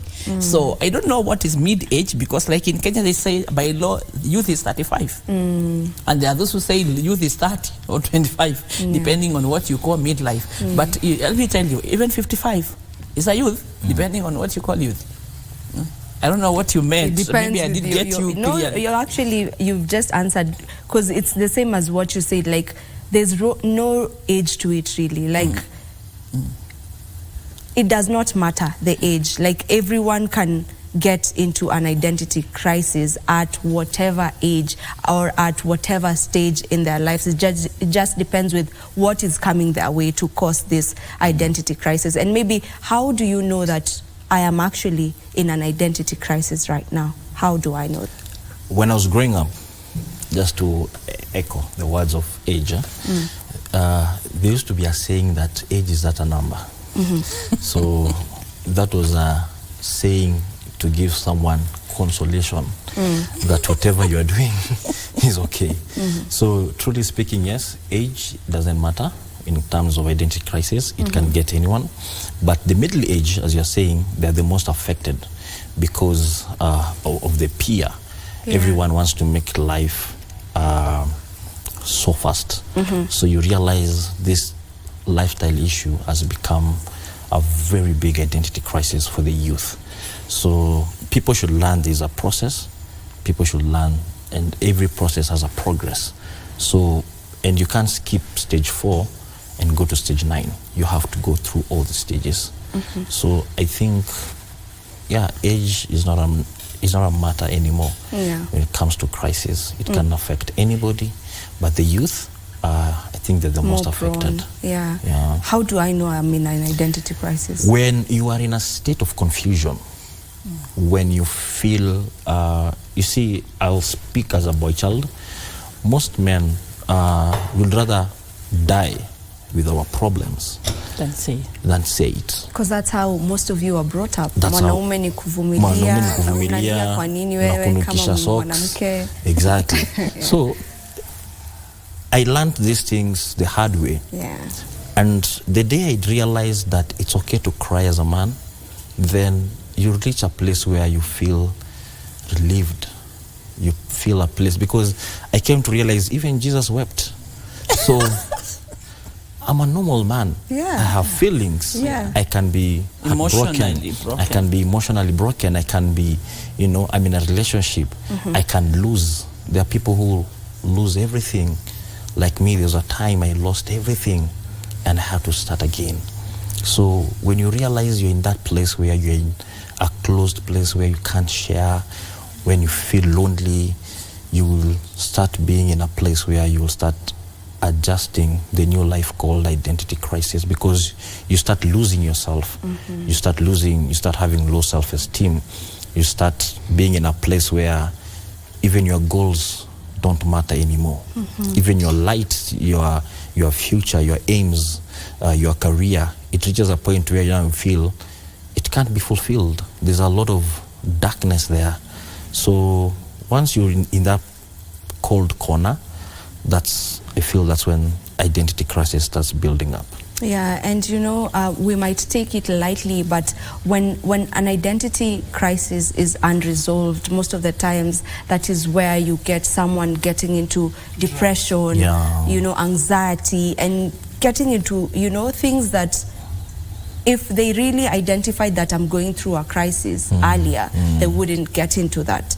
And I don't know if you had anything to add on how to know that you're going into an identity crisis. If not, then how do we cope with an identity crisis? Let me say this. You need now to sit down and look at those identities that are before you and you think are good, and build one and ground it. And say, this is me now. And when you do that now, the people around you, your relationships, maybe romantic, family, and the society, they will now come and embrace it. When you have surely made a decision and grounded it, it has to come from you. Like I would say, like after Corona, people lost who they were. Yeah. And they had to discover something else that will make them be. Because maybe you were at a company, you employed over 100 people, and you lost everything and you can't even put food on your table. And the children are looking at, hey, our father, surely. So you are like, how do I tell my family I'm not able to do this? So you may go into depression, but if you arise there and look at what else can I do, and identify with it, ground it, and move with it, God will give it grace. And the people around you will support you. Yes. How do you get out of it? How do you get out of an identity crisis? And even as you work towards getting out of it, how do you cope when you are in that moment when you're in that moment where, okay, I have lost my sense of self. I don't really have any drive. I don't really know who I am really. So how do you cope when you are in that situation, and how do you get out of it? I'll speak from experience. Number one, I normally have a rule. I normally love sharing it when I go to and I get an opportunity to speak to men. Is there's the 3 A's. The number 1 A is to accept. If you have lost, accept it's gone. If you've been conned in a business, accept it's gone. If you've lost a family, accept it's gone. Even when it comes to death, sometimes people take a lot of years to recover from death. So accept he's gone or she's gone. So when you accept, you are now calm down yourself. So you go to the next A, which is adjust. So you have to adjust to the environment. If you are leaving the INs and you've accepted there is no money, so you have to go down and start looking for another place to live. So yes, you could be living in Lavington, paying 150K per month rent, but when the job is gone, then that means that rent is no longer there. So you have to adjust yourself. Do I have to go to a middle class place, or do I have to go to the shags, refocus, re-identify myself, and come back? And the 3rd A is to accelerate. Anytime there is an acceleration, even in the car, it means moving forward. So once you accelerate yourself, you're in a place now to move forward. And you'll move forward happily with no luggage, no baggage. You'll even feel lighter, and your focus will be more clear. Wanasemanga, there's light at the end of the tunnel. There always is. Exactly. There always is. Even if it's just the teeniest, just a flicker of it, but there's always light at the end of it. And if that one is enough, because that's what we need. It's called hope. Even it's the last thing to lose as a human being. Exactly. Imagine. So hope is the most, even the Bible, I realize 99% of the Bible speaks about hope. It's just giving us hope. One day we'll go to heaven. One day you'll become prosperous, help someone so that you'll be helped. All those things. So hope is the most important thing in life. You can never lose everything. Lose money, you can get it. Lose a wife, you can get another one. Lose a husband. There are so many men outside there. Okay? But if you lose hope, you have lost it. Yeah. Totally. You are crushed. You are crushed. You are finished. So, I'll just say, just make sure you have hope. Yeah. Yeah.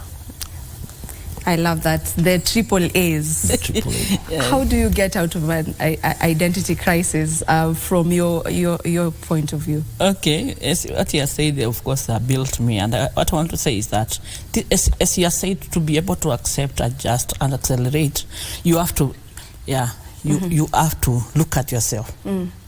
These things have gone, but you are still there.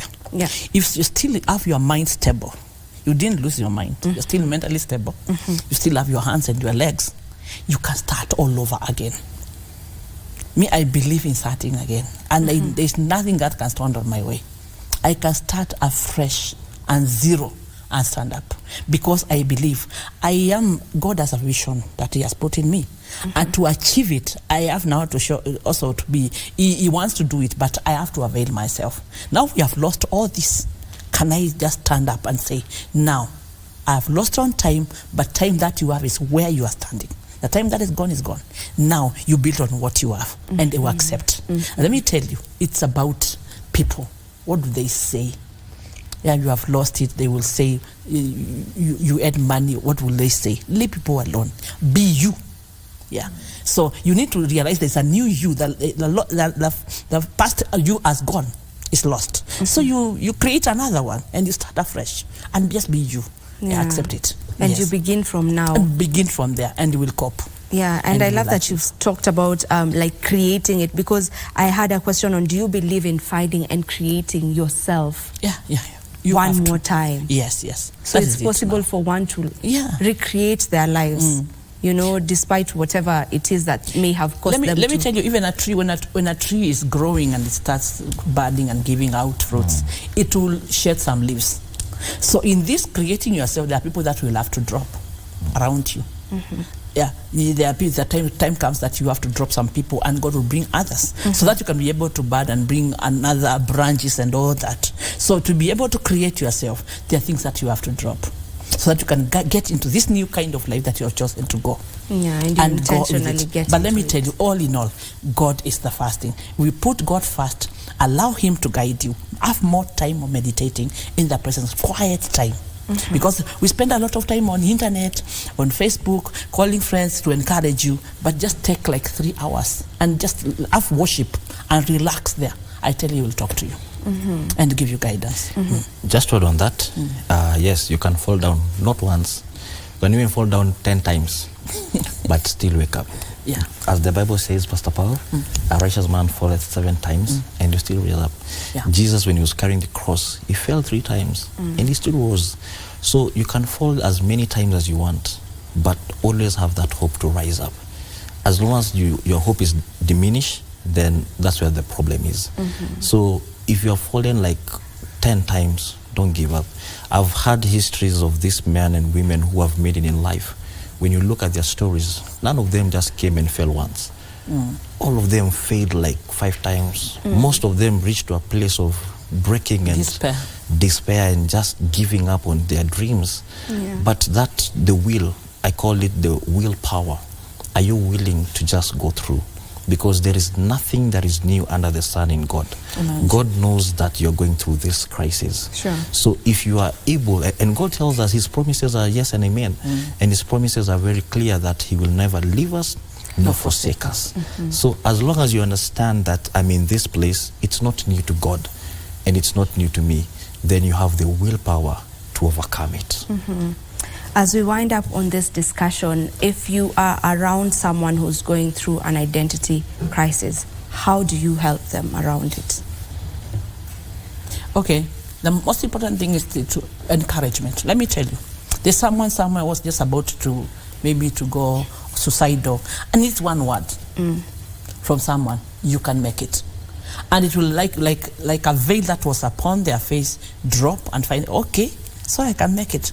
It was said someone was found walking somewhere and found someone seated and he needed food and he needed clothes. He didn't have clothes and he didn't have food. And this guy was going to hang himself. Then he was asked by the person who almost like murder person, where are you going? So he said, I'm going to hang myself. Okay, you hang yourself. Give me the clothes. Because if he needs clothes, you are clothed and you are going to hang yourself. So before you hang yourself, can you let me have the clothes? Yeah. So That's a new one. Yeah. So what you are looking for, and you think, let me tell you, for example, even to swallow saliva, our pastor says, it is a miracle. There's someone who needs an operation to be able to swallow something. But you wake up, you eat, you drink, you walk, and you are complaining there's a lot of things you don't have. And you feel like you have come to the wall. But just sit down and ask. Start thanking God for your eyes, for your ears. Before you get to the waistline, you should fall down in praise and worship. Because there's so much that you have you don't see. Yes. Okay. So that person needs just an encouragement. There's something that you have. Yeah. You need to see what you have, then seek for what you need. But look at your goals. What do you want? What are your values? Talk to them like that, and they will come out. All right. Yes, yes. Thank you so much for joining me for this particular discussion, Mr. Dennis and Pastor Pal. It was really great to have you on set. Thank you. All right, and this is where we call it a wrap right here on Good Morning Kenya. If you're going through an identity crisis, and maybe it is because of a loss of something, I want you to take the 3 A's that we've just been told. Take time, accept whatever it is that you're going through, then adjust through it, and then accelerate and find yourself one more time. I have been your host, Vivian Degwa. This right here is Good Morning Kenya. Until tomorrow, God willing, goodbye.